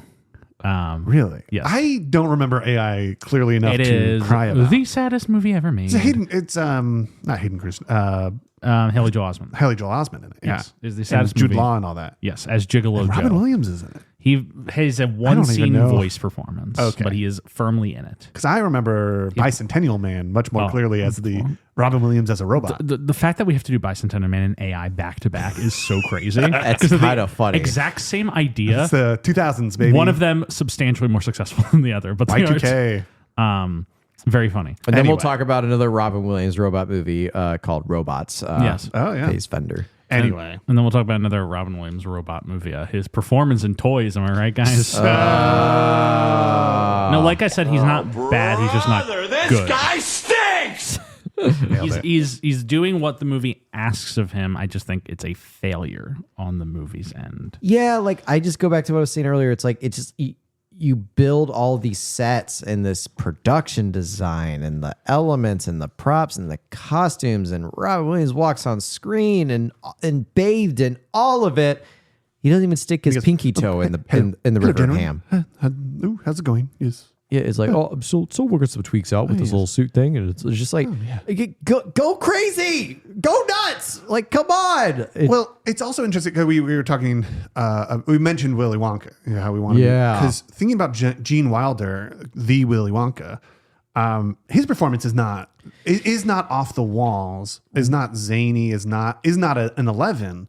But there's a confidence to that. There is a intention, a purpose, an energy to his performance that isn't a 10, but is not a 5. He's doing a devil you don't know kind of performance where it's like you get glimpses of his craziness in there, like the fairy scene where he's like, and the rivers will keep on flowing. And just like we never see that like crazy Wonka ever again in the movie. Like again, but he has a charisma. Yeah. That even if it's not a wacky off the walls guy. Yeah. The confidence and like presence of him is I think what we're thinking of when we say Wonka, that Robin could also have in this movie that doesn't require him to be the genie, doesn't require him to be riffing 1,000% of the time, but does need more from him. Yes. Yeah. And like when the world needs him most, he vanishes. Yeah. But because it's also in this movie. I think the other issue I had, something else I clocked was that so much of the movie, everybody else's relationship to Leslie is that, he's not ready to be, he's too much of a dreamer. He's too naive.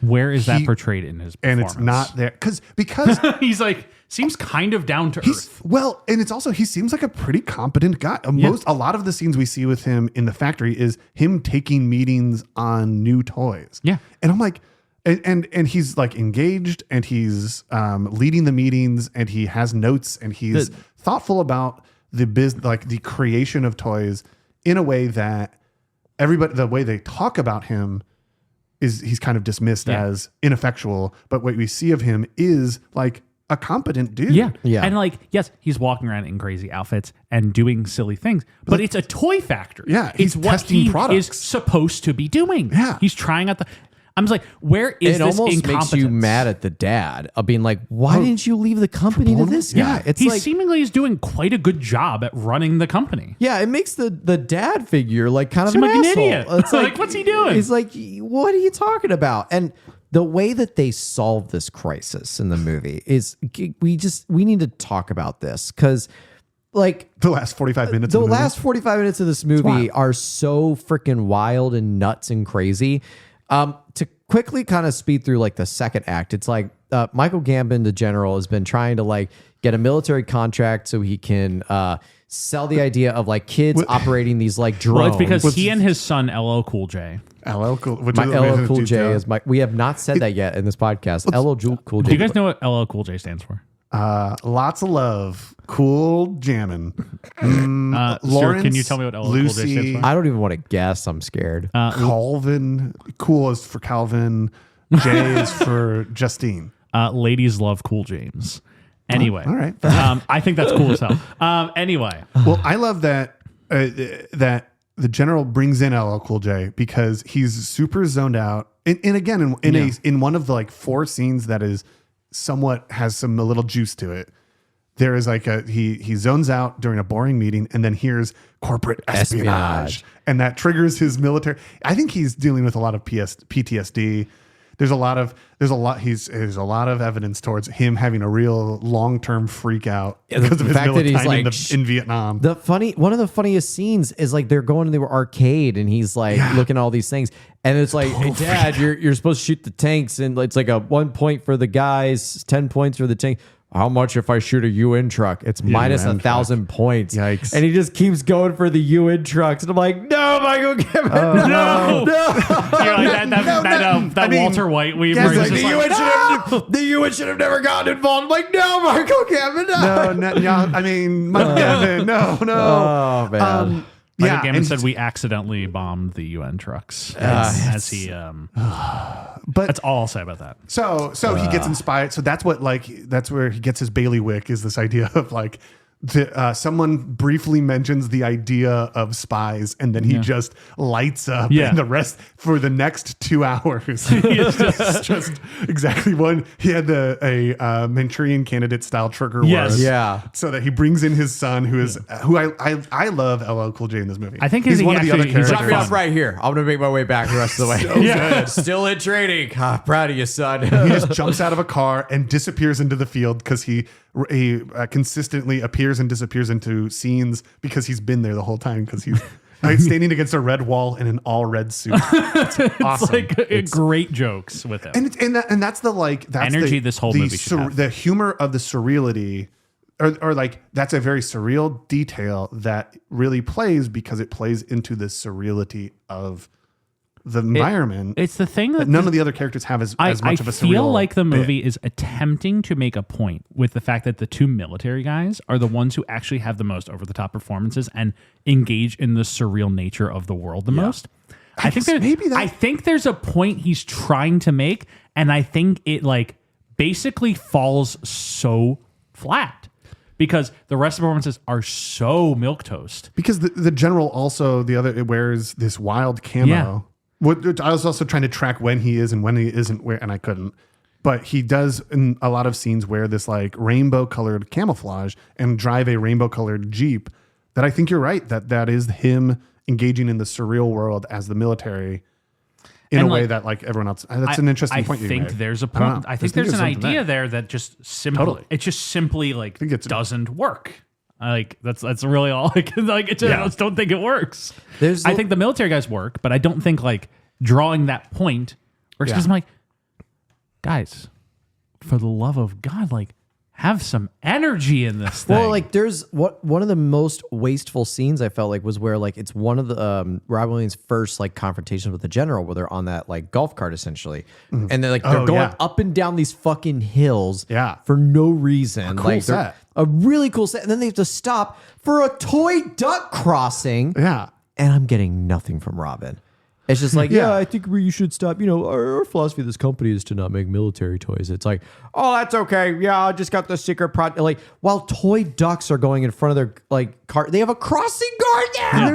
And there's a weird for weird sakeness of the surreal, like it all like of not addressing it, right? And there's something to that. But yeah, you're right that it's just like but meanwhile, I want Robin to have be more on an arc.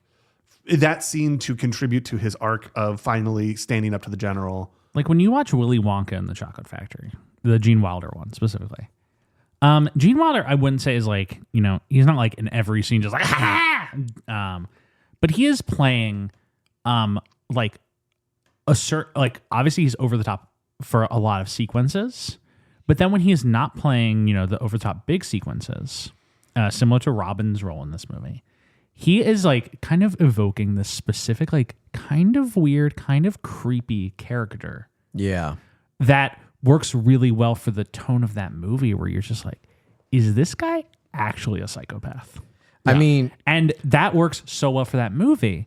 And you want Robin to find a wedge similar to that where like when he doesn't, when he's not, you know, there's the duck crossing, you want him to have a certain character type where he does something more interesting than just waiting for the duck to cross. I mean, I understand it's his reality, but he has to do something. The first major like tell that this was going to be a very milquetoast character was obviously the hair.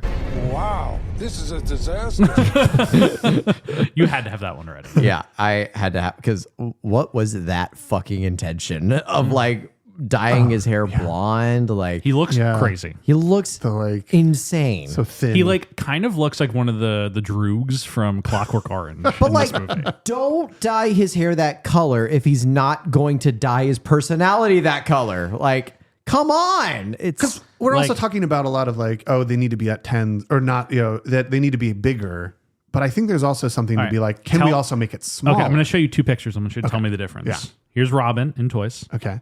He's showing us the And here is the two posters. Oh It says man, the two posters that back to back. is good. Look it up. and Jeff. here is Malcolm McDowell from Clockwork Orange. That is really good. That's a great comparison. Two posters He look looks alike. so But similar like, that to should be the culture of the movie. It's like not necessarily like violence in that sense, but like just the whole sense that like Robin is living his own world that he kind of needs to be shouted out of in order to confront like.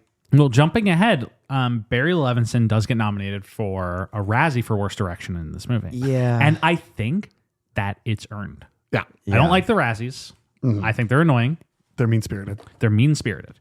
But I do think, like, if we're talking about this movie, everything that we're talking about ultimately comes down to Levinson does not have a tone he does not have a cohesive tone for this movie. Yeah.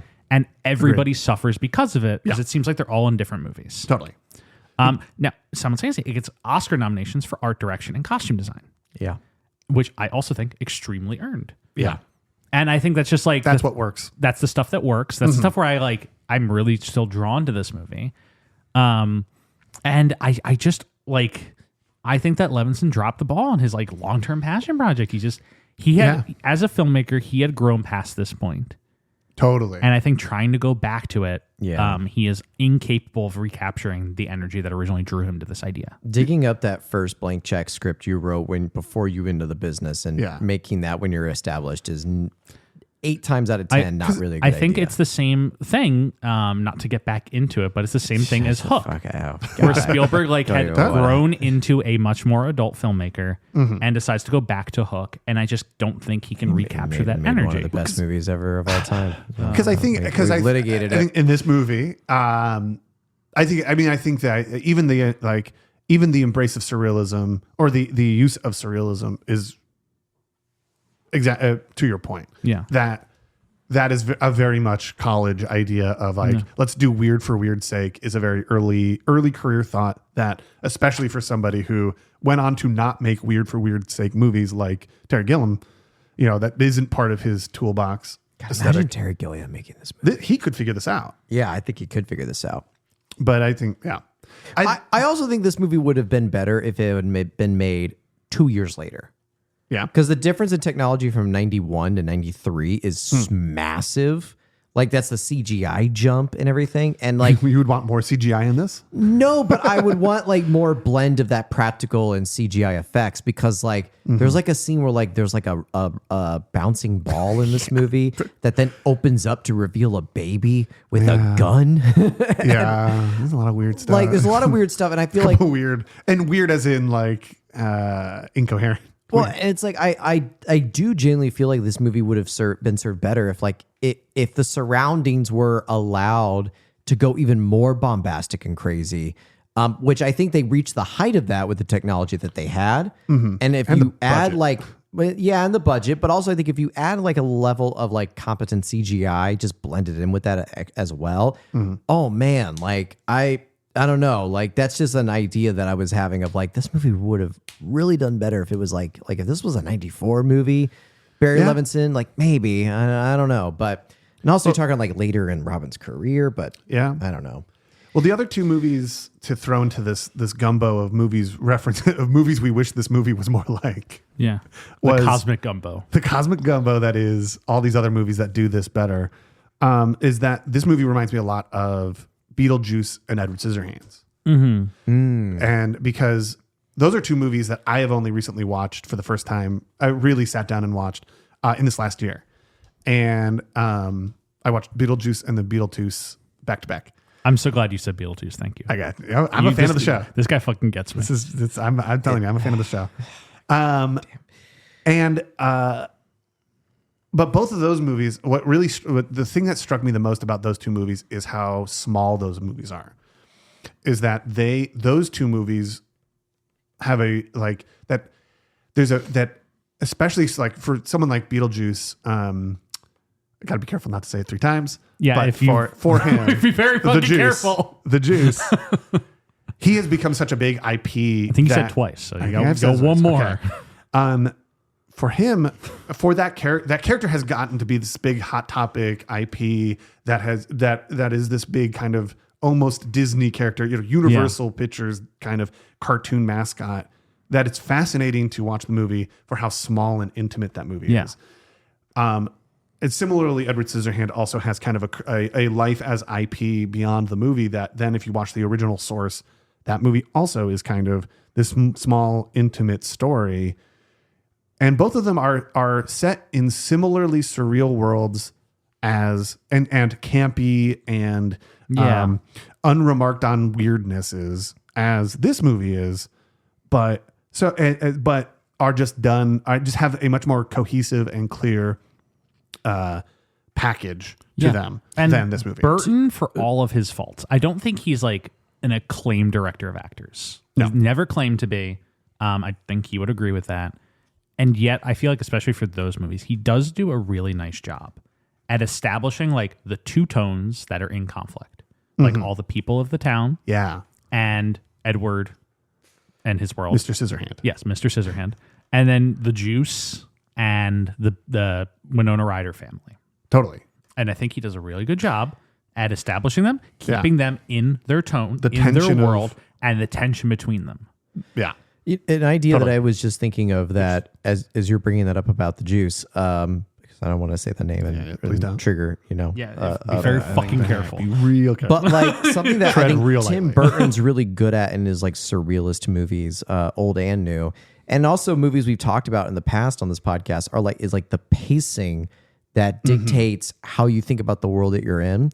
Because what Barry does, I think, is to the detriment of the world that he's building. A world that I think is very well designed and visually interesting. But like he leaves us in the space of this movie for so long that like it takes away from like what plot you're trying to understand, the story. And like we talk about this a lot, where it's like there's these surrealist things you see in the movie, but the movie moves so fast you don't have time to think about it and you just kind of go with it. Sure. And like I go back to that duck crossing scene. It's like that is a long scene. And it's a long scene, and it gives you long enough where you start losing focus on the dialogue. Totally. And you're thinking more about like why is there a duck? Deal with these ducks? It's like why is there a duck crossing? Yeah. Why is there a crossing guard for the plastic ducks? Why are there hills here? Like, and that is you shouldn't be thinking about. You shouldn't be thinking about. You should be like, this is all part and parcel of this. And that is this whole movie. Yeah. Why is the suit smoking? Why does the suit make noises? Why does Joan Cusack sound and talk like that? Like the movie leaves you in this space for too long, and it needs to be. And it's the reason why this movie's 2 hours long. If it had just like you talk about condensing rather than like cutting, and I think that's actually a good observation because like you're right. If this movie just moved at a faster pace, that like didn't allow for us to like dwell on these like whimsical, crazy ideas and just put us along with the ride for it. This movie is a theme park. This is a theme park movie. When you watch the Chocolate Factory movies, Willy or Charlie, you don't think, why is the factory weird? Yeah. You understand, you've seen the outside world, and then you see inside the factory, and you understand implicitly, this is the creation of a man who doesn't want to grow up, and he's building, if you were a little 5-year-old would see as like the greatest place in the world. A candy factory. That is what he is making. Yeah. And that's why everything is so weird, and there's a river of chocolate. You get it. You understand. But also those scenes move fast enough that you're not asking that question. This movie lingers in everything for too long. Yeah. And it also never really like, you meet the owner of the factory, but he doesn't seem whimsical enough. Yeah. He's not, to like, to warrant for you such to a place. Understand why this place exists in the way that it does. Totally. You are just ultimately like, so like, what world are we in right now? Yeah. Why are we in like a phantom realm? And see, yeah. Is this in Windows XP? Yeah. Yeah. the last 45 minutes of this movie is the Robin finally decides like he needs to confront the general. The Michael Gambit at this point is sort of losing his mind. He's losing his goddamn mind. At the Michael whole Gambit like goes crazy deep and it's into great. a PTSD. he like freak tries to out. shoot a fly with a gun and shoots his own foot, and then he starts to arm the toys to fire weapons, and he sets up this whole like control room with all these kids that are like bringing in on school buses. But then Robin Williams, Joan Cusack, Robin Wright, and then who's the other assistant guy? And Harlow, or what's his name? I don't even know what his name is. Harlow. I will say that the wiki description, as we are big fans of the Wikipedia here on this podcast, the wiki says that it is, phrases it, after the military rejects his prototypes, Leland grows unhinged, expanding production. And it's actually the other way around, is that he expands production and then he pitches to the military and then becomes unhinged. Yeah. But actually the way that this Wikipedia article describes it makes way more sense. Right. And I would have much rather had, because tracking his arc is kind of bonkers. Yeah, it gets a little too crazy with like, because he gets really into making toys, and then he pitches, then it's like, so that he can pitch to the military, and then he like freaks out on them with very little provocation because he is already amped up. I think he got into Robin Williams' old coke. Somewhere. Something. Barry Levinson still had a stash from the last production he worked on. oh with my Robin. God. And Must have. Gambin got into it because then he just like freaks out on and so like his arc is edited in the same way as the movie is, which is to say herky jerky and incoherently. Yeah. And so then Robin and his like posse, they stormed the beach of Normandy, known as the other side of the toy factory. Yeah. And they're fed up with him. Yeah, they're dodging all Almost these. died to the sea swine. Yeah, God, sea this is swine. the sea swine. The sea swine. We do not have. I do not have the patience to even mention this sea swine. Such in a this. weird It's so thing. dumb. It's in a. I think it's in just a person. well I don't think it's a toy. I think it's a human being it's a in creature. there. And that has a battery. yeah, Alternative power. And so, but they're dodging all these like toy tanks with guns and cannons, and they end up in their old toy storage facility. And the tanks storm into this storage unit, and they start throwing all of these toys that aren't special in any way. They're just regular ass toys that is just into combat. That they're just cannon fodder because they're not attacking back, of course. Yeah. Like, Yeah. And but Barry Levinson shoots this scene to feel so like sad and weird, and it's like it's so long. It's so poorly shot because it's so dark and you can't tell where anyone is. Joan Cusack eventually says the line like, "We're running low on toys." I'm like, the toys. Oh, God. It's like order 66 on the toys This is are essentially happening. playing as the toys are all dying. Yeah. It doesn't make that much sense because it's so I would like to dark. be so dead serious. This is basically what is playing. It's not mean, yeah. actually from Revenge of the Sith, but this is more or less basically the score. yes. What is scored? And here you go. I was excited. This is a comparison I thought of last night as I watched this movie, and I'm very excited to present this. Yes, because I know that this is going to add. I in my goal of making this my first time appearing be the longest episode you've recorded. 4-hour episode. Oh no. This is. I'm going to say the toy. I felt like the toys the same way as I felt the Na'vi at the beginning of Avatar 2. Go along. Go on. Yes. Keep going. Let her cook. All right. Go on. So I say that because a big problem I had with Avatar 2 is that. See you guys. It's good to be on the show. He's taking off his headset. He's walking I out. just leave. At the mere indication that there's a problem with Avatar 2. There's no problems with Avatar 2 except that it ends. That's the problem with Avatar 2. So, as someone who I watched Avatar 2 with Jeff on his 7th viewing. Keep going. No, so my thing with Avatar 2 is it starts, one of the first sequences, one of the primary beginning sequences of Avatar 2 is Jake Sully leading the Na'vi on an assault on the Earthlings that have come back to the planet.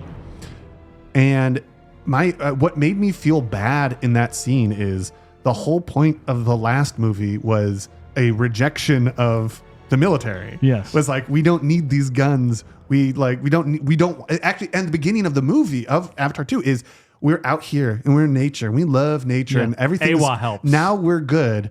And then smash cut to them having machine guns and assault rifles, and Jake Sully coordinating this assault on the train with the Na'vi, and it is wholly unremarked upon, and it is unobserved, and the movie is uninterested in dealing with the fact that the Na'vi, who we last seen, were like, actually, we're cool with not having murders anymore. Cut to them murdering a bunch of people, explosions. The sins of man have come back to the Na'vi. Yes.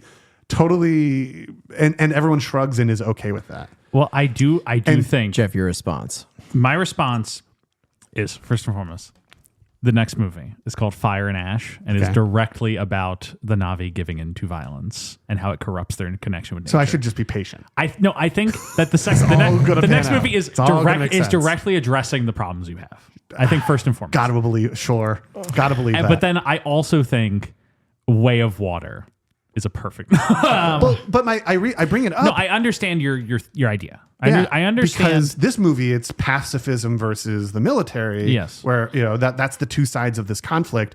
And you send the toys in as cannon fodder. The toys, which represent pacifism and the like naivety, the beauty of the old ways, and without any commentary, are just put out to be slaughtered. And I was waiting for anyone to feel bad about that, and it doesn't. Right. Yeah. And the movie's not. That's not the point of the movie. And it's like, if you're gonna make this whole point that like this is a whole reflection on the old ways versus the new ways, and the militaristic toys against the old toys, and somehow the old toys have a superiority in some shape or fashion, that is never shown in this movie. They are present. All slaughtered, and they are all killed, and assumingly that they went through their entire inventory. The company's going to go under a few months afterwards because they can't keep up on demand. Jesus. Oh, the tariffs! The tariffs against the toys. That's Toys new 2. Prices. Toys 2. There's a scene in the press secretary. It's like, are you aware that that Zevo Toys is now going to put the listing of the extra cost of this is a direct political attack by Zevo Toys on the administration. But yeah, I was hoping for a part of that sequence where Robin is like, "Whoa, what have I done? I've given in to the instincts of my uncle. Yeah, I'm just like my uncle. This was a mistake. Let's find a different way to solve this than me just throwing my toys at you." Yeah, and no, it's not that. No. And weirdly enough, we don't have time for it. Yeah, shockingly, we don't. Somehow we managed not to have 2 time hours, for it, and we don't have time to address that. Have any sort of moral conversation. But then, Robin eventually he's able to like crash a fucking plane into a plane the we do not control see. center. We don't see that. That's not till the very end of the brought movie up at all. That there is a flying plane in it. Yeah, in that room. And then he's able to. I also loved because Michael Gambon had shot out one of the windows in the second floor CEO office. Oh, you're right. Yeah, and I thought, and Robin, there's a shot of Robin looking up. Like, oh, I have an idea. I was like, Chekhov's broken window, I see. And then he gets in a plane and smashes through a totally different window. Yeah. They replace the speed at which they replace that window. None of that. Okay. No. And so, right. But then he's able to crash through, and because the helicopter toy is able to fire a missile in, and it blows up the supercomputer. So many rounds of ammunition and missiles and explosions have happened for the last half an hour straight. So many bullets. None of them hit anything of import. Nothing except for exactly one missile. Yeah, right. And LL Cool J does get shot one time. And so then, but the supercomputer gets hit. All the toys shut down. Trade Federation episode 1 style. Yes. Except for the sea swine. The sea swine. A sentence that was said. Except for the sea swine. The sea swine, which is a aquatic amphibian toy that is also a militaristic thing. I don't understand, but cannot tell. That is able that wounds Michael Gambon does not die at the end of the movie. Object. Something, and then Michael Gambon gets like shot by, or stabbed or something. He gets wounded. He gets shot by a shotgun thing. And cannon. Then they and then Joan Cusack gets her head blown off by a missile. By the sea swine. By the sea swine. The sea swine's first victim. Which is when they eventually shut down the sea swine. But that's the reveal that Joan Cusack is actually a robot, and it's fine. And then everybody lives happily ever after because then Robin Williams takes over the company as the new head. There's a scene where they show Michael Gambon getting wheeled into his dad's room because the grandfather is still alive. Side note, that's a weird scene at the beginning we didn't even talk about. Yeah, we didn't even talk about that. Consultation. And he goes, it's another one of like 3 or 4 very surreal, heightened scenes because it's him visiting his grandfather who shouldn't be alive but is still alive and he's bedridden. And then at the end of the scene, it turns out he's in a military tent, and it turns out that military tent is in a mansion. Yes. Once again, another one of these like compellingly surreal moments in a movie that is then goes on to not be any more surreal, not to live up to it. Yeah, because Gambon is yelling at him for being he couldn't succeed in the military because he had a British accent. Yeah, and there's a fun to that and a silliness to that only he gets in the movie in a way that I don't get. And unfortunately, like we do have to wrap up pretty soon. But the last thing that I just have on this movie is. Well, I guess it's really just post-text talking about when it comes out. I do think there's one more thing in the movie we have to talk about. Oh. And that is...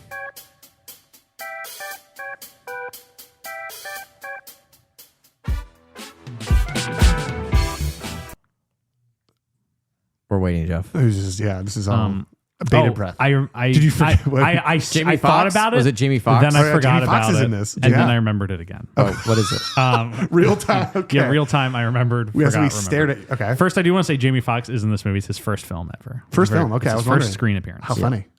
The thing I actually want to talk about is the hallway gag with the musical performance.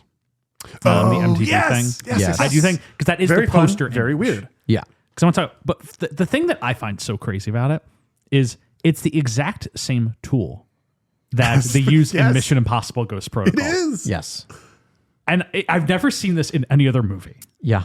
So, and I was just like, wait, did Mission Impossible crib this from the movie Toys? Because for the listener, basically what happens is they need to infiltrate a room at the base. This leads into another thing I wanted to talk about. I think it's the Kremlin, right? In Mission Impossible, it's the Kremlin. In this movie, it's the second half of the factory. It's the second half of the factory. The side, and that so the they need to get military's down the taken hall, over. and so they set up essentially like a projector screen that's the shape of the hallway, with a projector with a camera on the back of it, or a projector on the back, that's blasting the look of the hall onto the screen, so that they can move it down the hallway in front of the security camera to the exact point where then they can change the image on the projector to a musical backdrop. So that Robin and Joan Cusack can pretend to be two like pop singers and do a whole performance so that the guys in the security room think they accidentally have picked up MTV. But that's actually not, because they put an MTV little flag above. Well, the assistant has meanwhile slid in a sticker on the screen. Yeah, that says MTV. As if they just suddenly have now a screen that broadcasts MTV. Which I love. And it's just watch this whole performance. That was a good bit. And it's like, it's a good bit. It's a funny performance from Robin and Joan Cusack. It's what you wish the whole movie was. Yeah. But it's weirdly a poster image of the movie. Yeah. But then Robin uses this Mission Impossible tech to sneak into the game testing room. Yeah. And the reason ultimately why I want to talk about this is he's like walking around and he like goes up to a kid and is like, "Kid, what are you doing?" And the kid's like, "Shooting people." It's like kind of like the Simpsons movie, Flanders.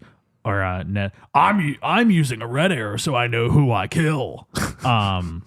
Is that's that kind of energy from this kid? Mm-hmm. Yeah, the kid is Sam Levinson, who is Barry Levinson's son, who goes on to be the creator of Euphoria. One of the most perverted, like, and I don't say this necessarily negatively, but like one of the most perverted, crazy shows out there. Video games really did a number on him. And I just find it so funny that his role in this movie is really kid who is being ruined by media. And then he goes on to be that guy. Yeah. That's all. That was ultimately what I wanted to say for that sequence. This movie is a Christmas movie because it does end with Santa Claus on a plane. Yeah, it ends with the same scene it opens with. Like on that same toy plane, and it flying over the newly restored toy factory with Rob Williams at the helm, making all the decisions. The movie is also a Christmas movie in the sense that it gets released on December 18th, 1992. It's reported that this movie almost went over budget, but Barry Levinson, Robin Williams, and I think Joan Cusack all agreed to like forego those salaries and take a percentage of the profits in order to save the budget for the film. But it's reported that it has a budget of $50 million. And when it comes out, it total grosses 23. So huge failure. Big flop. Big flop. Big flop. Nobody goes and see this movie. Or if they do, they tell people this sucked and Ernst, don't go why see it. would they? Why would they? Like, based on that trailer you saw, it's like, hi, I'm Robin Williams. Come see the movie Toys. It'll be out on Christmas. I like a good, like, crazy trailer. Like a meta trailer, kind of. I like He's pulling something up. Here. I am pulling something up. Keep going. Keep talking. Cameron, have you ever seen the teaser for Strange Days? No. This is the teaser for this movie. Okay. It's like connected to the Bluetooth. Oh, yeah. We can hear it. Have you ever jacked in? Have you ever wired tripped? No? A virgin brain. Well, we're gonna start you off Staring right. straight down the barrel. This isn't like TV, only better. This is life. Sensory It's experience. a piece of somebody's life. Whoa. Pure and uncut. All these Straight words are from coming up on the cerebral screen. Cortex. You're there. You're doing it, seeing it, hearing it. Staring at me. You're feeling Staring it. down my... It's about in the my soul. stuff that you can't have. Ooh, like right? forbidden. Like running into a liquor Forbidden store with a fruit. 357 I'm reading the Magnum words in on the your screen hand, that's coming up feeling the over his adrenaline face. pumping through your veins. I can make it happen. I can get you anything Oh, you yeah. want. Wow. You just have to talk It's to all me. possible. Talk to me. Talk to me. I am your priest. Shrink. I'm your shrink. I'm your main connection to the switchboard of souls. Wanna I'm the connect? magic man. The Santa Claus of the subconscious. There's a face You with say text it. over it. You even think it. You can have it. And then it's Are a we text. beginning to see the possibility? Like, you watch that trailer. Yeah. Very surreal. Or very Sets a strange. tone. And it sets a tone. And also, you're just like, what the fuck is that? Yeah. Like, even if, like, it doesn't tell you anything, but, like, you're like, and then you watch this one, which is just Robin standing in a field being like, Yeah. we're making a movie called Toys. The trailer expects you to know what's up. It sets up the same tone of this movie, which is it doesn't know what its tone is. No. It's the exact same thing as that trailer. It's like, Inside jokes and stuff. what are we doing? Well, 'cause it's like, we played at the beginning, and he says like, "Oh, this is on the Fox's biggest soundstage." And why would anyone understand what you're saying? Yes. Robin. Why would anyone assume You have that to that's sell a this joke? to the general audience. I understand that you're in a field, a real field on location, but why would anyone assume that you're lying to them and for a joke? So that whole trailer is this presumed, like, you're already most of the way, you're in on the joke audience who are watching this for the first time. Now, something I will say. This movie has a tie-in video game. Yes, I saw that too. Yes. Which is just the end of the movie. When they're Yes. like, it's like because Michael Gambon's watching the whole thing happen like on a little screen. I downloaded the game. Yes. And I will say, I have been unable to play it. I am able to get through like the opening cutscene, which is just like the outside of the factory in like glorious pixelated quality. And it tells me the story. And then once I press play, the end credits start. Then I watch the whole end credits, and then it goes back to the main menu. I will say doesn't this look incredible? It looks pretty good. Ooh, The pixelated, like the chip tunes. This is for the Nintendo Entertainment System. Oh yeah, it looks like an SNES game for sure. Oh boy. Oh, there's a lot of Now, text. watch this. I'm gonna. A lot of text explaining the premise of this game. It's like so much text. Oh my god, this is now 6 or 7 The paragraphs screens. keep getting bigger. Good god. This is okay. All right. But then now I we're past the I text. press play. Okay. And we're straight to credits. Fascinating. So is there a game? What? Unclear. The only game. I did see some screenshots of It was just a like 4-paragraph explanation about the movie.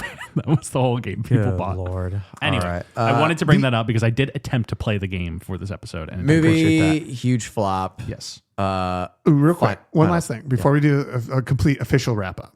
I do want. Something I've been I mentioned Simpsons. Yes, 2 please. hours ago. Bring it up. I just wanted to make sure that point was not missed. The only thing I wanted to make sure I said about that was that the whole overarching military. It's fascinating that the general's plot is figure out cheaper stuff. Yeah. Because it's because that his whole thing is that the military won't want, now that there are no wars anymore. Yeah. The military won't want to spend big money on missiles and things. Yeah. So the goal is to build cheaper devices for the military because that's what they'll spend money on. First of all, man, I love what a beautiful fictional world to live in, that we're worried about the military not getting enough money. Oh boy. Yeah. But the other thing, the reason I want it is that at the same time, it's interesting that this movie has that perspective because at the same time, The Simpsons also were making similar jokes that in the 90s, in that early Simpsons era, those first 10 years, there you come across a number of jokes about basically how the military is like lame now because they don't the Cold have a war War's to fight. over. Now that the Cold War's over, now we're just in the 90s. The military's just hanging out, waiting to be used. Every 90s spy movie, like every Jack Ryan, every Bond, Mission Impossible, they're all about like the Cold War ended. Like, what do we do? Yeah, what do we do? And then now? 2001 comes around, and suddenly it's all like, we've deployed James Bond to the Middle East, and James Bond, your favorite cool spy, is going to kill people in parkour. Close one. We really thought we wouldn't know what to do with them. Jason Bourne does not remember who he is. I just wanted to make that connection because I thought that was an interest. It was so interesting to see that this movie was about what do we do, now that the military is done, how do we use it? Because similar media was. That is our other guest. That's crazy. No, we'll keep going. Finish it up. So that was the one last thing I wanted to say. Although I actually have dozens of things to say. I'll just wait for the inevitable Patreon when you have a Patreon. Cameron, and when we have you back for another episode, I want you to actually come and just finish the toys thoughts. Okay. Deal. All right, Stuart, go ahead and do the wrap up. Well, the last thing to say about the post text of this movie is that, like you said, it's a mega flop, and it basically like kind of puts a hold on